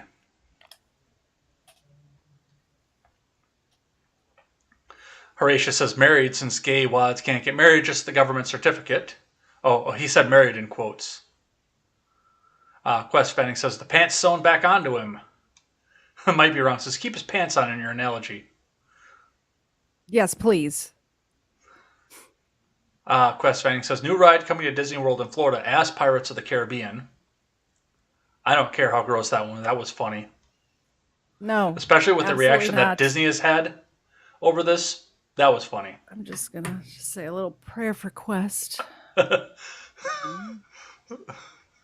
Horatius says Perlman, oy vey.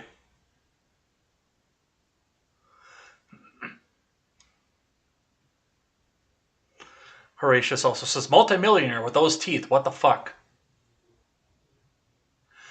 Mr. Zed says Ron Perlman did not read the bill, and it is evident he does nothing but read what he's told and does not have a brain of his own. Well, that's kind of what actors do, so. Facts right there. Mr. Zed's spitting truth.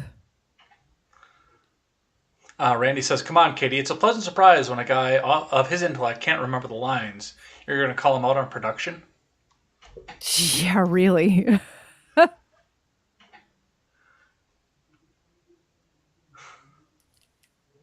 Might be wrong. Says, my wife was so happy to hear about this story, talking about the people leaving Florida as teachers. Which, if I remember correctly, might be wrong in Florida He dealing with that. is. That's what I thought.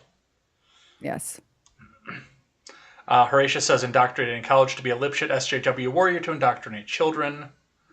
Number 2 says he's got the pedo skull shape, talking about the Thaliner dude. Yeah, absolutely. You see it right away. Now that I've noticed it, it's like, when you're looking for red cars, you don't notice them until you're looking for them, and then they're everywhere. Quest says the weekly prayers. I pray for Quest fanning almost daily. Number 2 says, I never knew anything about any of my teachers when I was in school. That was something they didn't talk about. Yeah. Yeah, and she went to different schools than I did. So I don't know if it's just changed since then, but if it has, it needs to go back. Randy brought the King of the Hill reference into this. Remember that time Peggy Hill pretended to be a nun for a teaching job? There's the proof. Actors and teachers cannot be trusted. I remember that episode. Yeah. She had to go out and get a full-time job, and the only one in Ireland was at the Catholic school, so she pretended to be a nun and knew nothing about Catholicism. A little blasphemous.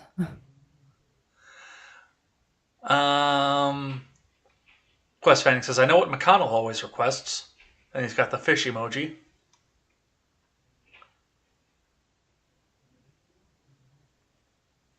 Randy says, my brother married a woman, and it just so happens I work directly with her brother, and another of her brothers also works in the same place. But that's Iowa, so there are like 7 places to go to work. Yeah, right. And Mr. Zed says, I can't believe you just doxed might be wrong. You're good at doxing people's places of residence, aren't you? I try to just stick to states. I know. I made the one mistake once. I made the mistake once. Counties and cities. You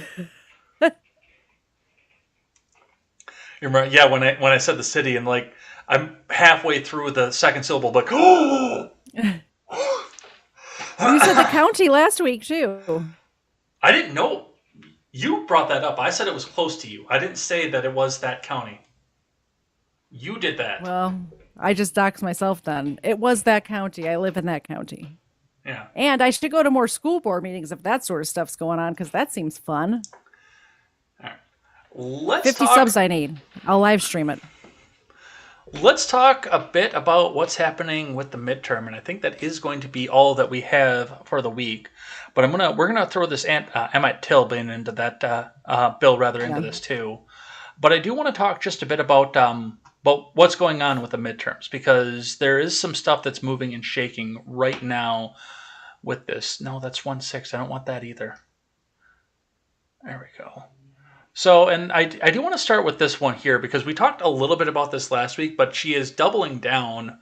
So we're going to talk a bit about AOC Biscuit to start off with here, because again, she's coming out with a major warning to Democrats ahead of the 2022 midterms. And I mean, it would be really hard for them to win. They could still honk do it, but there is years of statistics behind them. Joe Biden is polling at tremendously low levels. Progressives did not get anything that they wanted out of this presidency whatsoever, with the exception of high gas prices making people want to buy electric cars.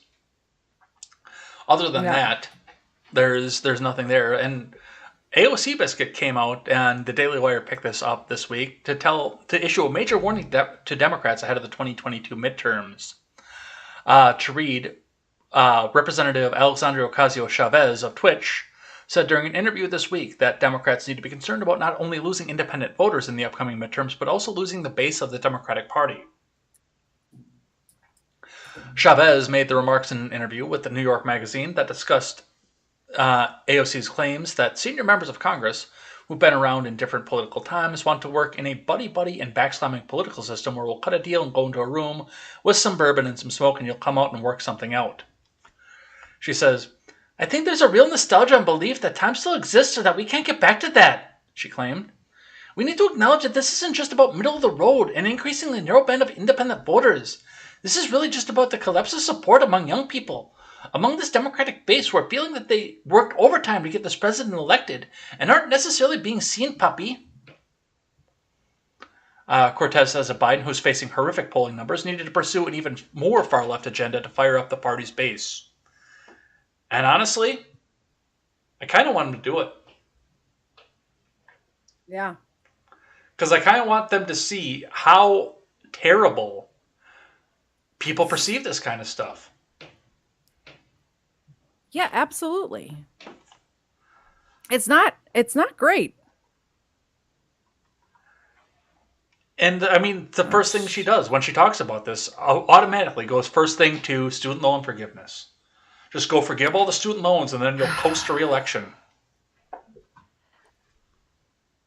This is an issue, and it's been an issue for years. It's been an issue. It was an issue in 2016. It was an issue before this. Student loan bullshit is bullshit because there's so many people who, like me, I didn't go to a 4-year school because I couldn't afford it and I did not want to be in debt the rest of my life. So people who made smart choices are being punished, and now I'm paying for somebody else's college. Like if this goes through or whatever, I'll end up paying for somebody else's college, not having an education of my own because I wanted to be responsible. Like it's bullshit. Well, and I mean, what goes along with that too is not only that, I almost want to see this happen to these kids where they get their entire student loans forgiven, especially the ones that have 6 figures of student loans. Not because I want to see this picked up by the U.S. government, because I know this will crash our economy and they'll just print it out anyway. But, and I've mentioned this before, my ex-girlfriend had a credit card that got released. Like she hadn't paid on her credit card and she got to a settlement and got the debt released onto that. She had to pay income tax on what came off of that. Yeah. So some of these people who have $100,000 of student loan debt, if it just all gets forgiven, will have a year of the 6-figure income. And then we'll have to pay for that dearly. I know people, when I was in school, I went to a 2-year school and I got 2 degrees from a 2-year school because I had a scholarship and I could do it for free. But I know people who were there who weren't there for free. And they were upping their student loans to buy beer, to party. Like, so it's not just student loans, just because it's on a student loan, like it's a student loan, doesn't mean that it was spent on books and classes and stuff like that, because they do loans for living expenses too. And their living expenses was to get a keg and a keg fridge and stuff like that. So, you know, it's ridiculous. It is, but now I'm kind of thinking about a keg fridge and wondering where I could get one for cheap. Facebook Marketplace. Probably. But it's, yeah, they are losing the left-wing base. And I don't know, these people, these progressives are never going to vote for a Republican because they've been told that Republicans are evil. I don't know the Harry Potter reference because I've only read one of their books, but that's the only book that these people have read is Harry Potter. So I'm sure that the reference on how evil Republicans are has something to do with something in Harry Potter. But that's what they've been told right from the beginning, that this is all there. So they're not going to vote, but I think there is a big chance of them staying home. Yeah. Because they have gotten nothing out of this. Absolutely. I want to talk a bit about Florida again, but on the opposite end here, because, and I teased Midget B about this, saying that this is going to make Florida turn deep, deep blue because, you know, they'll get done with the election in Florida and then, oh, sorry, we'll go find these mail-in votes that'll bring us 10% over. I don't think that they can honk it that much, but I think there's going to be some honking happening here. So reading from our friends over at NPR with this one here. I like the NPR voice. Oh, you want me to do the NPR voice? Citing a race, a federal judge strikes down parts of the 2021 Florida election law. And remember, you need to donate to NPR because they need our money, comrade, to continue to pushing their progressive ideals all across the world. And never printing reality, National Progressive Radio. So, and this came to I like it. This came to NPR from the Associated Press, and apparently, this was U.S. District Judge Mark Walker wrote in a ruling that the election defortification in Florida was racist, that it was done based on race. So it's at this point, there's a stay on it. It's struck down. It's deemed unconstitutional. Yeah, it should be. What? Are you feeling okay? No, I think I said it backwards. I was going to say, so, well, back in 2021, Florida passed a slew of election defortification, and now the progressive groups in Florida essentially judge shop to find somebody who would strike them down. Yeah, that's ridiculous. That's more what I was expecting out of you. Well, I had it backward, and I'm blonde sometimes. I was thinking of it like it's opposite day. It's opposite day today. No, but anytime that anybody's judge shopping, that should be, I don't know if it should be illegal, but it should be illegal, right? I would think, but it depends on what district you take it into, and I guess this one would have been closer to Tallahassee, but regardless, this is one district judge. Now, this, because of the way the district courts are taken up, when this does get appealed, this does not bode well in the district courts, and it will probably be stayed, and the election laws will stay in place. Yeah. But the fact of the matter is that they are trying hard to get Florida on the midterm so they can turn it blue and turn all the districts blue and get rid of DeSantis because he does things like the Don't Say Gay bill. Well, I'm kind of black-pilled on election stuff. I think whatever it's going to be is already predetermined. I don't think there's much we can do about it. But the fact that they're doing this so blatantly and out in the open is kind of scary. You know what I mean? Like now they're just going to say it. Oh yeah, it's fixed. There's nothing you can do about it. Like it's getting close to that at this point. Yeah, you're absolutely right on that. But on the other side of the country, Ducey in Arizona is trying to do the same thing, and given the fact that he's in such close proximity to the Ninth Circuit, I actually do have a little bit of nerves about this one particularly. NBC News reports Governor Ducey to test federal courts with a new proof of citizenship voting rule. Just to read here briefly, Arizona Governor Doug Ducey signed legislation Wednesday reestablishing proof of citizenship voting requirements, setting up a showdown with courts that have said a previous version of the election rule violated federal law. The bill passed by Republican-controlled legislature puts the onus on election workers and voters to validate citizenship before a registrant can vote in presidential elections or cast a ballot by mail, which, that should be a no-brainer. Mail-in voting should be completely over at this point. COVID's over. Mail-in voting, drop boxes, all of that bullshit needs to be over. And I understand if you're going to be out of town. I understand for military who are stationed elsewhere. It should go back to the way it was in 2019, like pre-COVID. You have to have a valid reason why and proof of it. And not just because, you say I'm out of town. You need to have proof of it. I want to see a credit card receipt. I want to see something, a plane ticket, something that says this is where I am and this is why I can't go to the polls this day. Well, and Spartan points out too that every person can still vote in person in an embassy, but even there, that's not always a realistic option for people who are overseas militarily. Military, yeah, that's what I was going to say. And even like when my husband was overseas, he was contracted by the Department of Defense, but he wasn't there in the capacity of a Marine. He is a Marine, always a Marine, but he was over there as a contractor.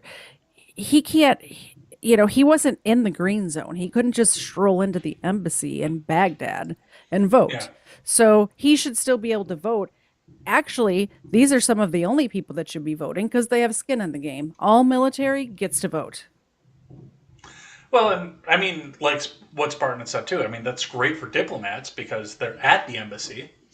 But yeah, Yeah, I mean, if you're in the exactly. middle of fucking Kabul, which I Exactly. don't know if that's where he was. I'm not trying to dox or anything. But if you're in the middle of Kabul, you're not exactly running over to the embassy to say, "Hey, this is what I He want to was do for the presidency." in Afghanistan. He was in Gardez. Okay. In Iraq, he was in Baghdad.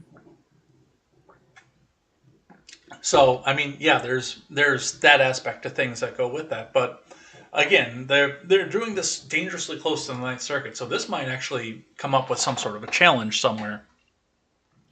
Yeah, it should. Yeah. I wanted to touch on this one. I know we're up on the clock, so I wanted to get through this, especially this one specifically, because there have been three major laws that have gone, well, bills, I should say, that have gone through the House now. One went through the House Senate, now it's been signed by the president, but two bills went through the House this week. This one here, where the House has passed the bill to cap the cost of insulin at $35, which is going back on the overturned executive order that was done by Trump. This was actually something that was in the Build Back Better bill, but the House has now divorced it from the bill, which is what I told them to do in the first fucking place. And it is indeed a single line bill, by the way. I was shocked. All bills should be this way. Every single one of them. There should not be a single bill that there's more than one subject in there. Like, I could understand grouping. I pressed a button. Grouping things together that have to do with each other, but having completely opposite. And you know why they do this? It's because then a Republican will vote no on something and they'll be like, oh, well, they voted no on, feeding hungry children. No, they were voting no on the other bullshit you put in there. It wasn't about the feeding hungry children. It's ridiculous the way they do bills these days. It didn't used to be like this. Now, this bill did pass on a mostly partisan line, so almost every Republican voted against this, which I think was tremendously stupid. I'm not going to lie. What can you do? But part of the reasoning behind that, of course, is because the scope of people who were actually affected by this, like they tried to accuse on the executive order, was actually very limited. It really only seems to be the people who are affected by either the health exchanges or anything that's covered by the ACA. Tell me what ACA stands for. Affordable Care Act, Obamacare. Okay. Thank you. So with that being said, this is not like the broad scope of, insulin now can only cost $35 in the U.S. or $35 per unit or month or whatever. I don't know how insulin is bought because I don't have diabetes and I have not spent enough time with Britt to know what she has to go through. It's usually monthly. Is it okay? I don't have. I mean, I have a dog in my life that has diabetes. I know for the dog, it's monthly. They get a vial and you get it once a month or whatever. Mm-hmm. But they also by the way, there's actually a dog named Patty Mayonnaise. I'm not talking about Brit. Going along with this, on top of that, the House has also passed a bill to federally decriminalize marijuana. Yes, do it. Coming up ahead of the midterms. Now, what was interesting about that is the Democrats didn't vote in lockstep for that one. Queller of Texas and another representative from New Hampshire, I can't think of his name, both voted against the measure, but Gates and a couple other Republicans got on board and said, yeah, absolutely, let's do this. Otherwise, that was also on a major party line vote as well. I don't think marijuana should have ever been illegal, or alcohol should be illegal, one or the other. But in my opinion, which is correct because it's my opinion, alcohol is worse for you than marijuana is. Just all around, as far as health reasons, alcohol is worse for you. As far as like drinking and driving, alcohol is worse for you. So I could do without either, so it doesn't really affect me. But having it legal will quash the arguments that I keep hearing every time I talk about crime, that all of these people are in jail because of marijuana laws, which is, first of all, we don't have time, but that's not why people are in jail. First of all, it's that added on top of other things like murder, and they happen to have weed on them when they committed the murder. But it would quash all of those arguments, and I don't have a problem with people smoking pot. Well, and the other the reason that pot is illegal and alcohol isn't is because ethylene glycol can't be used to make paper, but hemp can. It can also be used to make rope. So that was passed, but this one else, the other one that I wanted to talk about, this one was actually passed into law, and that is the fact that the Emmett Till anti-lynching bill is now law. Okay, it's illegal so to murder I didn't people. know that lynching was legal up until now because I have a list. If I'd have known, like, I feel like the window of opportunity has closed on my, hopes and dreams, these sort of things. But the fact that lynching was legal up until like a minute ago, who knew? Yeah. President Biden tweets this out. Oops, wrong scene. Tweets this out on March 29th. And he says, "This afternoon, I'm signing into law the long overdue Emmett Till Anti-Lynching Act into law, making lynching a federal hate crime. Living up to our founding principles as a nation means I'm coming to terms with the sins of our past. Today we take another step towards that more perfect union." And there wasn't even a "come on, man" in there. Come on, man. I gotcha. Emmett Till's a whole nother story, but that's beside the point. It's ridiculous to me.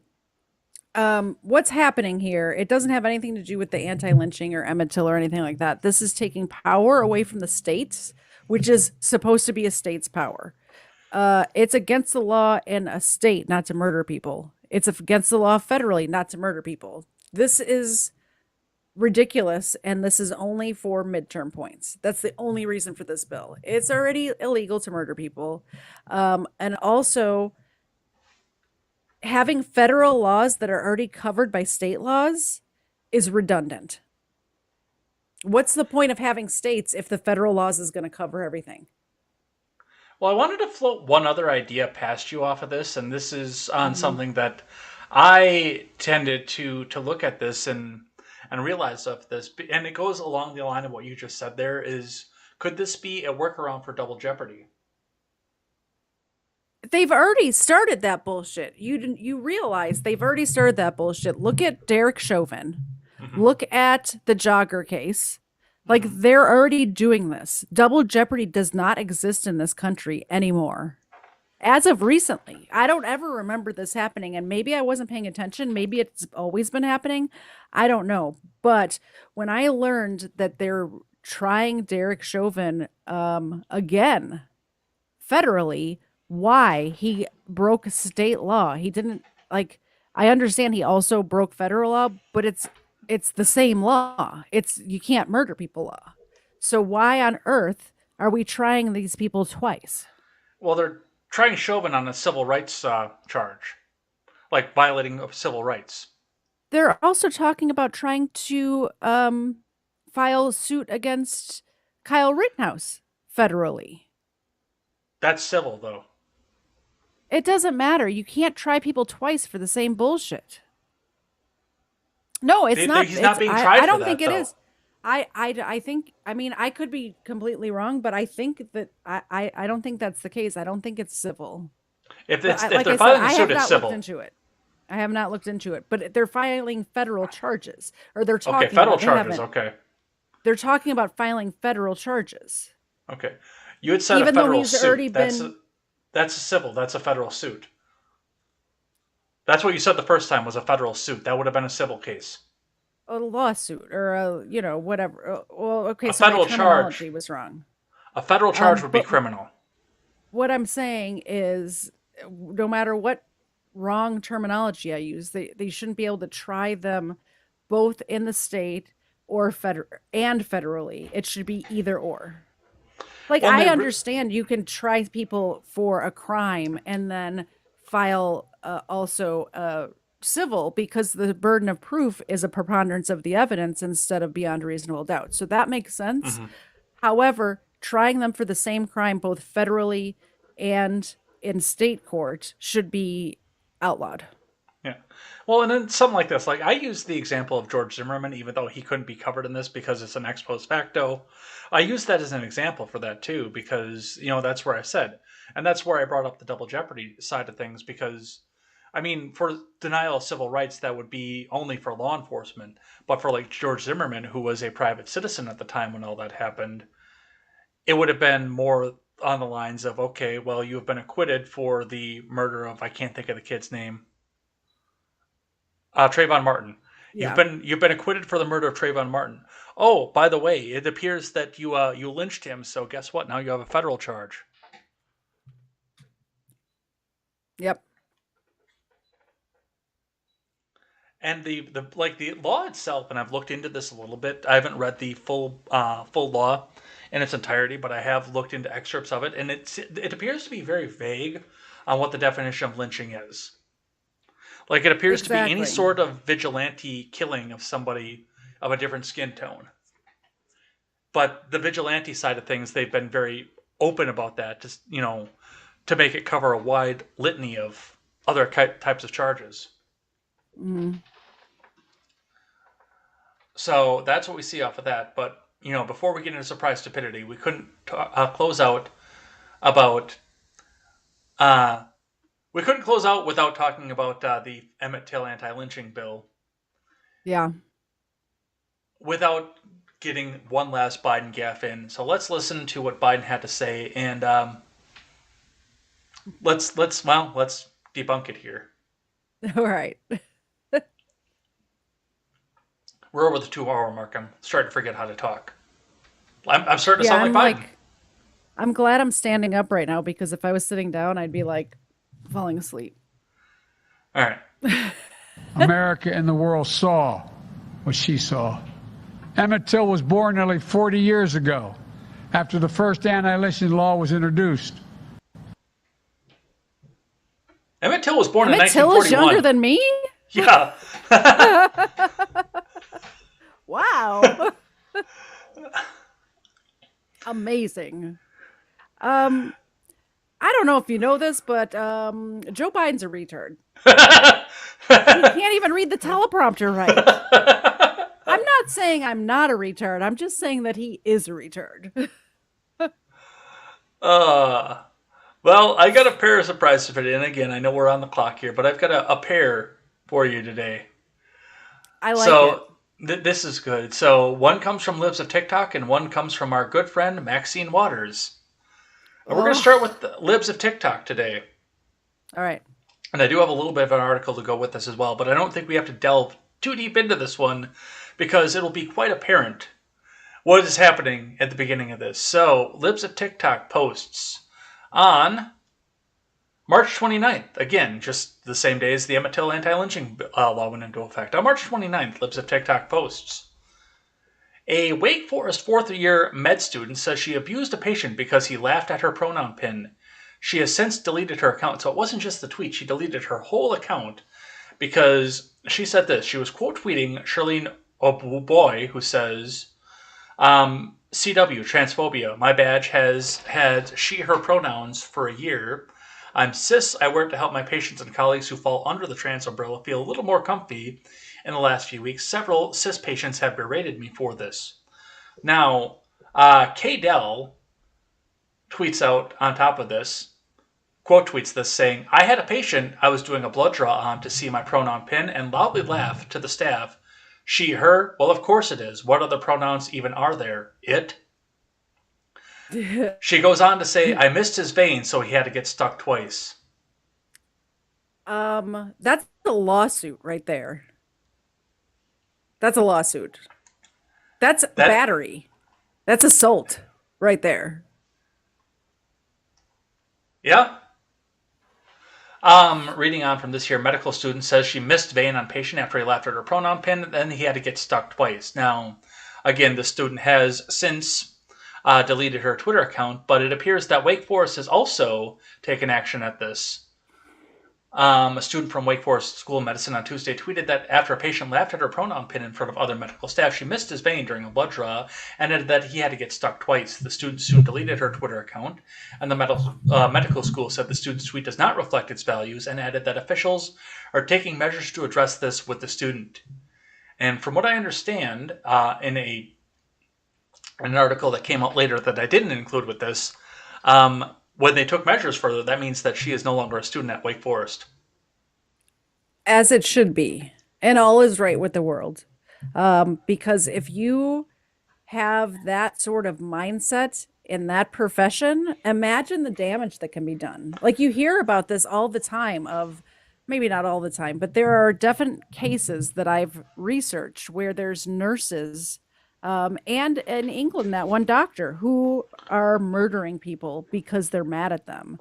Like I heard a story I was reading. I forget the name of the book I'm reading, but it's that guy, the original Mindhunter guy who studied, serial killers and stuff back in the day. I'm reading one of his books, and he was talking about this nurse who the patient was an elderly patient who smeared poop on him, like on the nurse. Like he shit himself and then it was on his hands and he grabbed the nurse. This man murdered this guy, this elderly dementia patient. He murdered him. Like if that's the sort of mindset, this is where it starts. Like with regular serial killers, it's abusing animals. Like this is where it starts. Double sticking a kid because he hurt your feelings. Like this is not good. This could be disastrous. And this, I mean, I don't go to the doctor for anything anyway. And this just makes me want to just keep going down that because I don't share the same political beliefs as these people, and I feel like I'd be the person who got stuck twice because of that. Yeah, you have to find. I found a doctor who told me 2 years ago that I don't need to get the jab because I'm healthy. And she's like, you can get it if you want to. She's actually a nurse practitioner, not the doctor. But she said, you can get it if you want to. But if you don't want to get it, you're healthy, you're not overweight, you don't have any other comorbidities, don't get it if you don't want. These are my people. I will never go to another doctor's office again. Like, these are my people. Did you hear what Maxine Waters had to say this week? I have not heard Maxine Waters, but I'm sure you're going to hurt my eardrums with her voice right now, aren't you? Oh, yes. And this one is totally worth it. And you'll see why in just a second. Because Maxine Waters was speaking in front of a group of people who had gathered to protest because they were homeless and they were not being given homeless vouchers that they had been promised. Because it's California and that's what they get. Listen to what it is that she had to say to the people who were homeless. Okay. Wilson. Did they move another location where they're taking abs? Is there any more locations than this one? No, it might have been just so many people out here. 1 minute. I want everybody to go home. And I want you to... That was exactly the reaction that I thought you were going to have. Bitch, we are home. This is it. Oh my God. Okay. That's why we here. Miss Miss Waters, keep on, we gonna go too. Yeah. Just a moment. Just a moment. And yeah, they said pretty much the same thing. We ain't got no home. That's why we're here. Yeah, no shit. Oh man, I gotta watch the surprise stupidity gets like you get me all worked up at, and now I'm swearing and I'm trying not to do that. And seriously, go home. This was in Los Angeles, I assume. Which I don't know when the last time you've been to Los Angeles is, but literally the streets are just paved with tents. Like they are home. This is where they live. Like it's insane. I knew you would love that one. I knew for a fact you would love that one. Holy cannoli. This woman, the balls on her. And meanwhile, she's going back to her mansion, or several mansions. I think she's got 2 or 3 at this point, but she's going back to her mansion. And these people have nothing. Go home. You go home. The look on your face when that popped up, when Yeah, that word popped out of there. Somebody screenshot that. Make me a meme. I make memes for people. Somebody make me a meme. Oh, I can't even read the chat because I don't have glasses on. That was hilarious. That was worth putting that on the end of the show. Oh my god. Oh my god. All right, let's look at this. Chat. Do you know your timestamp? Oh, that was so. Oh, was right. Okay, so you gather your thoughts. I'll have you jump in here in a minute. I'm Katie. Quest Manning said Katie can do a primetime Stein at the school board meeting. And I said, I will do that if I get 50 subs, Quest. I will definitely do it. Randy Crush Saga. I like to think that I would have proudly voted no on the anti-lynching bill. Nope. I'm pro-lynching. Mr. Zed said, did you hear about the German guy that got over 75 plus vid-19 vax? COVID. Oh, okay. I can't understand. Did you hear about the German guy that got over 75 COVID vax so he could give away vax cards to those that didn't want to get the jabby jab? Hero. That man's a hero. MK Ultra asks, where's the AOC voice and finger snap? Okay, Papi. No, I'm telling you right now, you just need to pay off all the student loans and make sure that you pay out all the money because my nana can't get her my abuela cannot get her roof fixed and we have to do this out of the government even though I have a Tesla. Okay, so just make sure that we do this out of taxpayer money, okay, Papi?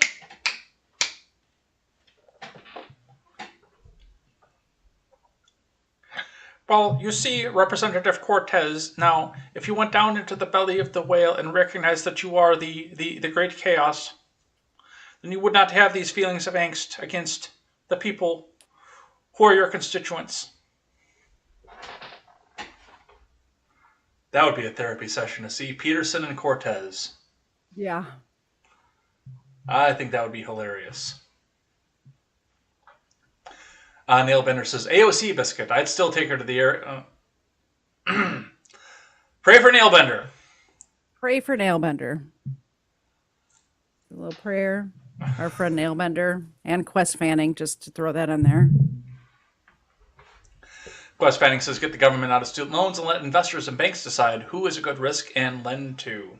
Well, and again, one of the things that I always say is make those things forgivable in bankruptcy, including retroactively, and you are going to see a lot of banks in a very, very big hurry ready to make a deal. True. Like, what can we do to get you to pay this money? Please, anything.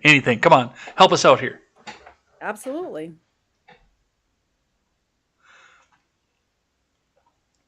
Fanning says there was pressure to take out excessive student loans, but nobody forced me. I would benefit from student loan forgiveness, but I am not self-serving. I probably would too, actually. And one of mine actually is about to be forgiven because of a lawsuit that's coming down through the systems. I'll tell you a bit about it off air. But one of mine actually might be because of a way that a lawsuit was structured. Yeah. Randy says the stats actually show that massive student debt doesn't come from people with $100,000 to $200,000 degrees. It comes from mostly from the other 90% of college students who accrued one semester a year of debt and then dropped out. Yeah, that makes sense. That's probably true.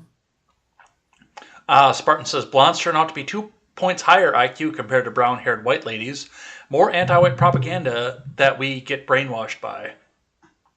Really? Spartan, link me that study or send it to me on Discord or Twitter. I'm interested. Randy says absentee ballots come by certified mail and require witness signature in Iowa. Mr. Zed says it was not 75, it was 90 jabby jabs. Damn. Hero. Randy says, you know, Katie, the ACA, which is largely the reason for the increase in insulin prices. Honestly, if it weren't for insurance companies, the cost of things would go down. I worked in the medical field before I switched to my current career, and these doctors charge what Medicaid will pay for to the average person, because if they don't charge everybody that, they can't get the full reimbursement from Medicaid, Medicare. So it all comes down to the government screwing stuff up. Yeah. Mr. Zed says, stop talking, KTZed. I'm not giving up the whiskey. Well, we'll see. Spartan says, we should make nuclear war illegal. Well, before we do that, we should actually go back down into California and South Carolina and make murder illegal also. Yeah. That'll stop these mass shootings from happening.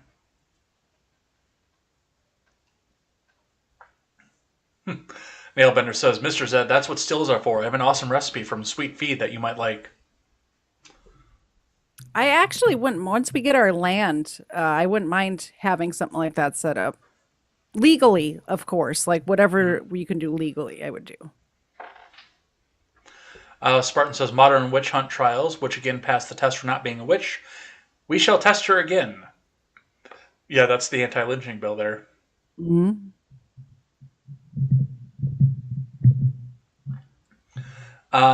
Number 2 says, Katie just sprained her eyeballs again.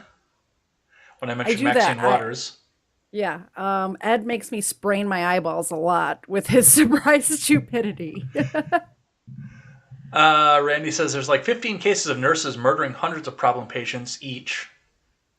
Yeah, I was just digging into this, Randy. You are not lying. I'm not sure. Number 2 mentioned Harold Schechter, but I don't know who that is.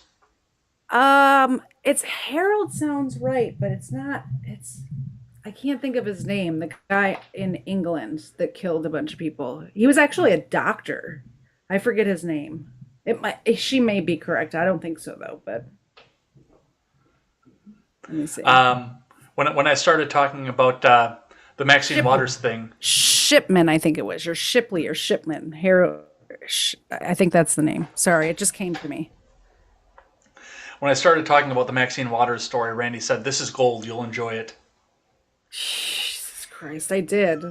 Somebody screenshot my reaction. I wasn't paying attention to what I was doing, but I'm sure it was gold. Randy says, Maxine Waters being confronted by mob after calling for mobs to push back on public service people. That's a good part of the irony. Yeah. MK Ultra enjoyed the impressions. Bend her over a barrel and show her the 50 states. Terrible bosses. I think that's a movie quote, but since I've never seen a movie. Spartan says banks are as corrupt as governments. They should have a difficult entry exam for education. Yeah. Randy says, but Spartan also spelled blonde without the E, -2 IQ points. There's the study that is linked. It's in the chat for you. Oh, thank you. Really? You're sourcing Glamour magazine? All Apparently. right. And Mr. Zed I'll will get read it. Mr. Zed will get last word and say, if Germany guy gets COVID, no one should ever get another jabby jab. Yeah, absolutely. Yeah, it's that was great. I was so happy that you had that reaction with the Maxine Waters thing. That was amazing. That was amazing to see. I can't believe this person. And I did like the irony too that Randy brought up, the fact that she's telling the crowds to go after Trump supporters at a gasoline station, and now she's being confronted by a mob herself. So, but with that, we are going to head out of here for the day. Thanks everybody who came by and chatted in the live chat. I know we're abbreviated on music right now, but thanks everybody who came by and chatted in the live chat, kept us on point, kept us on topic, and everything else to go here. If you couldn't catch us live, you can catch us back on demand over on YouTube and over on BitChute.com and also on Rumble.com. You can check us out over there. We'll possibly be mirrored on Odyssey a little bit later as well, as soon if I can get that up and running. I think Nailbender will help me. That'll be another place to go catch us as well, because you've always got to find a place to get your on-demand. I will be back here tomorrow morning for more contemporary, more news headlines, and more stupid stuff that happens throughout the day and what happens for the last 24 hours here. If you would like to go find my wonderful co-host, when's the next time you're going to be on camera? It sounds like there's going to be something coming up here in the near future. I'm hoping sometime this week. I don't have a definite plan yet. You know, I like to fly by the seat of my pants. So I will put out a tweet. So you should follow me on Twitter at KTZed. Also, subscribe to my YouTube channel, please. It's KTZed. I've linked it in the chat a couple of times. I need to get those 50 subs, hopefully 100. I really want to stream some leftist events. Follow me, find me. And definitely go and check that out. And with that, we are going to head out of here. And we will see you next time, no matter where it is that we're going to be. Finish the conversation on the Discord, on the Gilded, over on the Twitter, on the Instagrams that we have all mentioned out here, or buy us a coffee. Pick up any of the stuff that we have going on here to go help us financially. And as I always say on this channel, never take the words of bloggers, podcasters, or journalists as gospel. Find all the facts and draw your own conclusions. And KTZed, lead them out here with some last words. I hope everybody has a great week. I'll see you sometime during the week. And if you don't catch that stream, I'll see you right here next week, same time with Ed. Bye, guys. And everybody go home if you have a home to go to. Take care, everyone. Bye.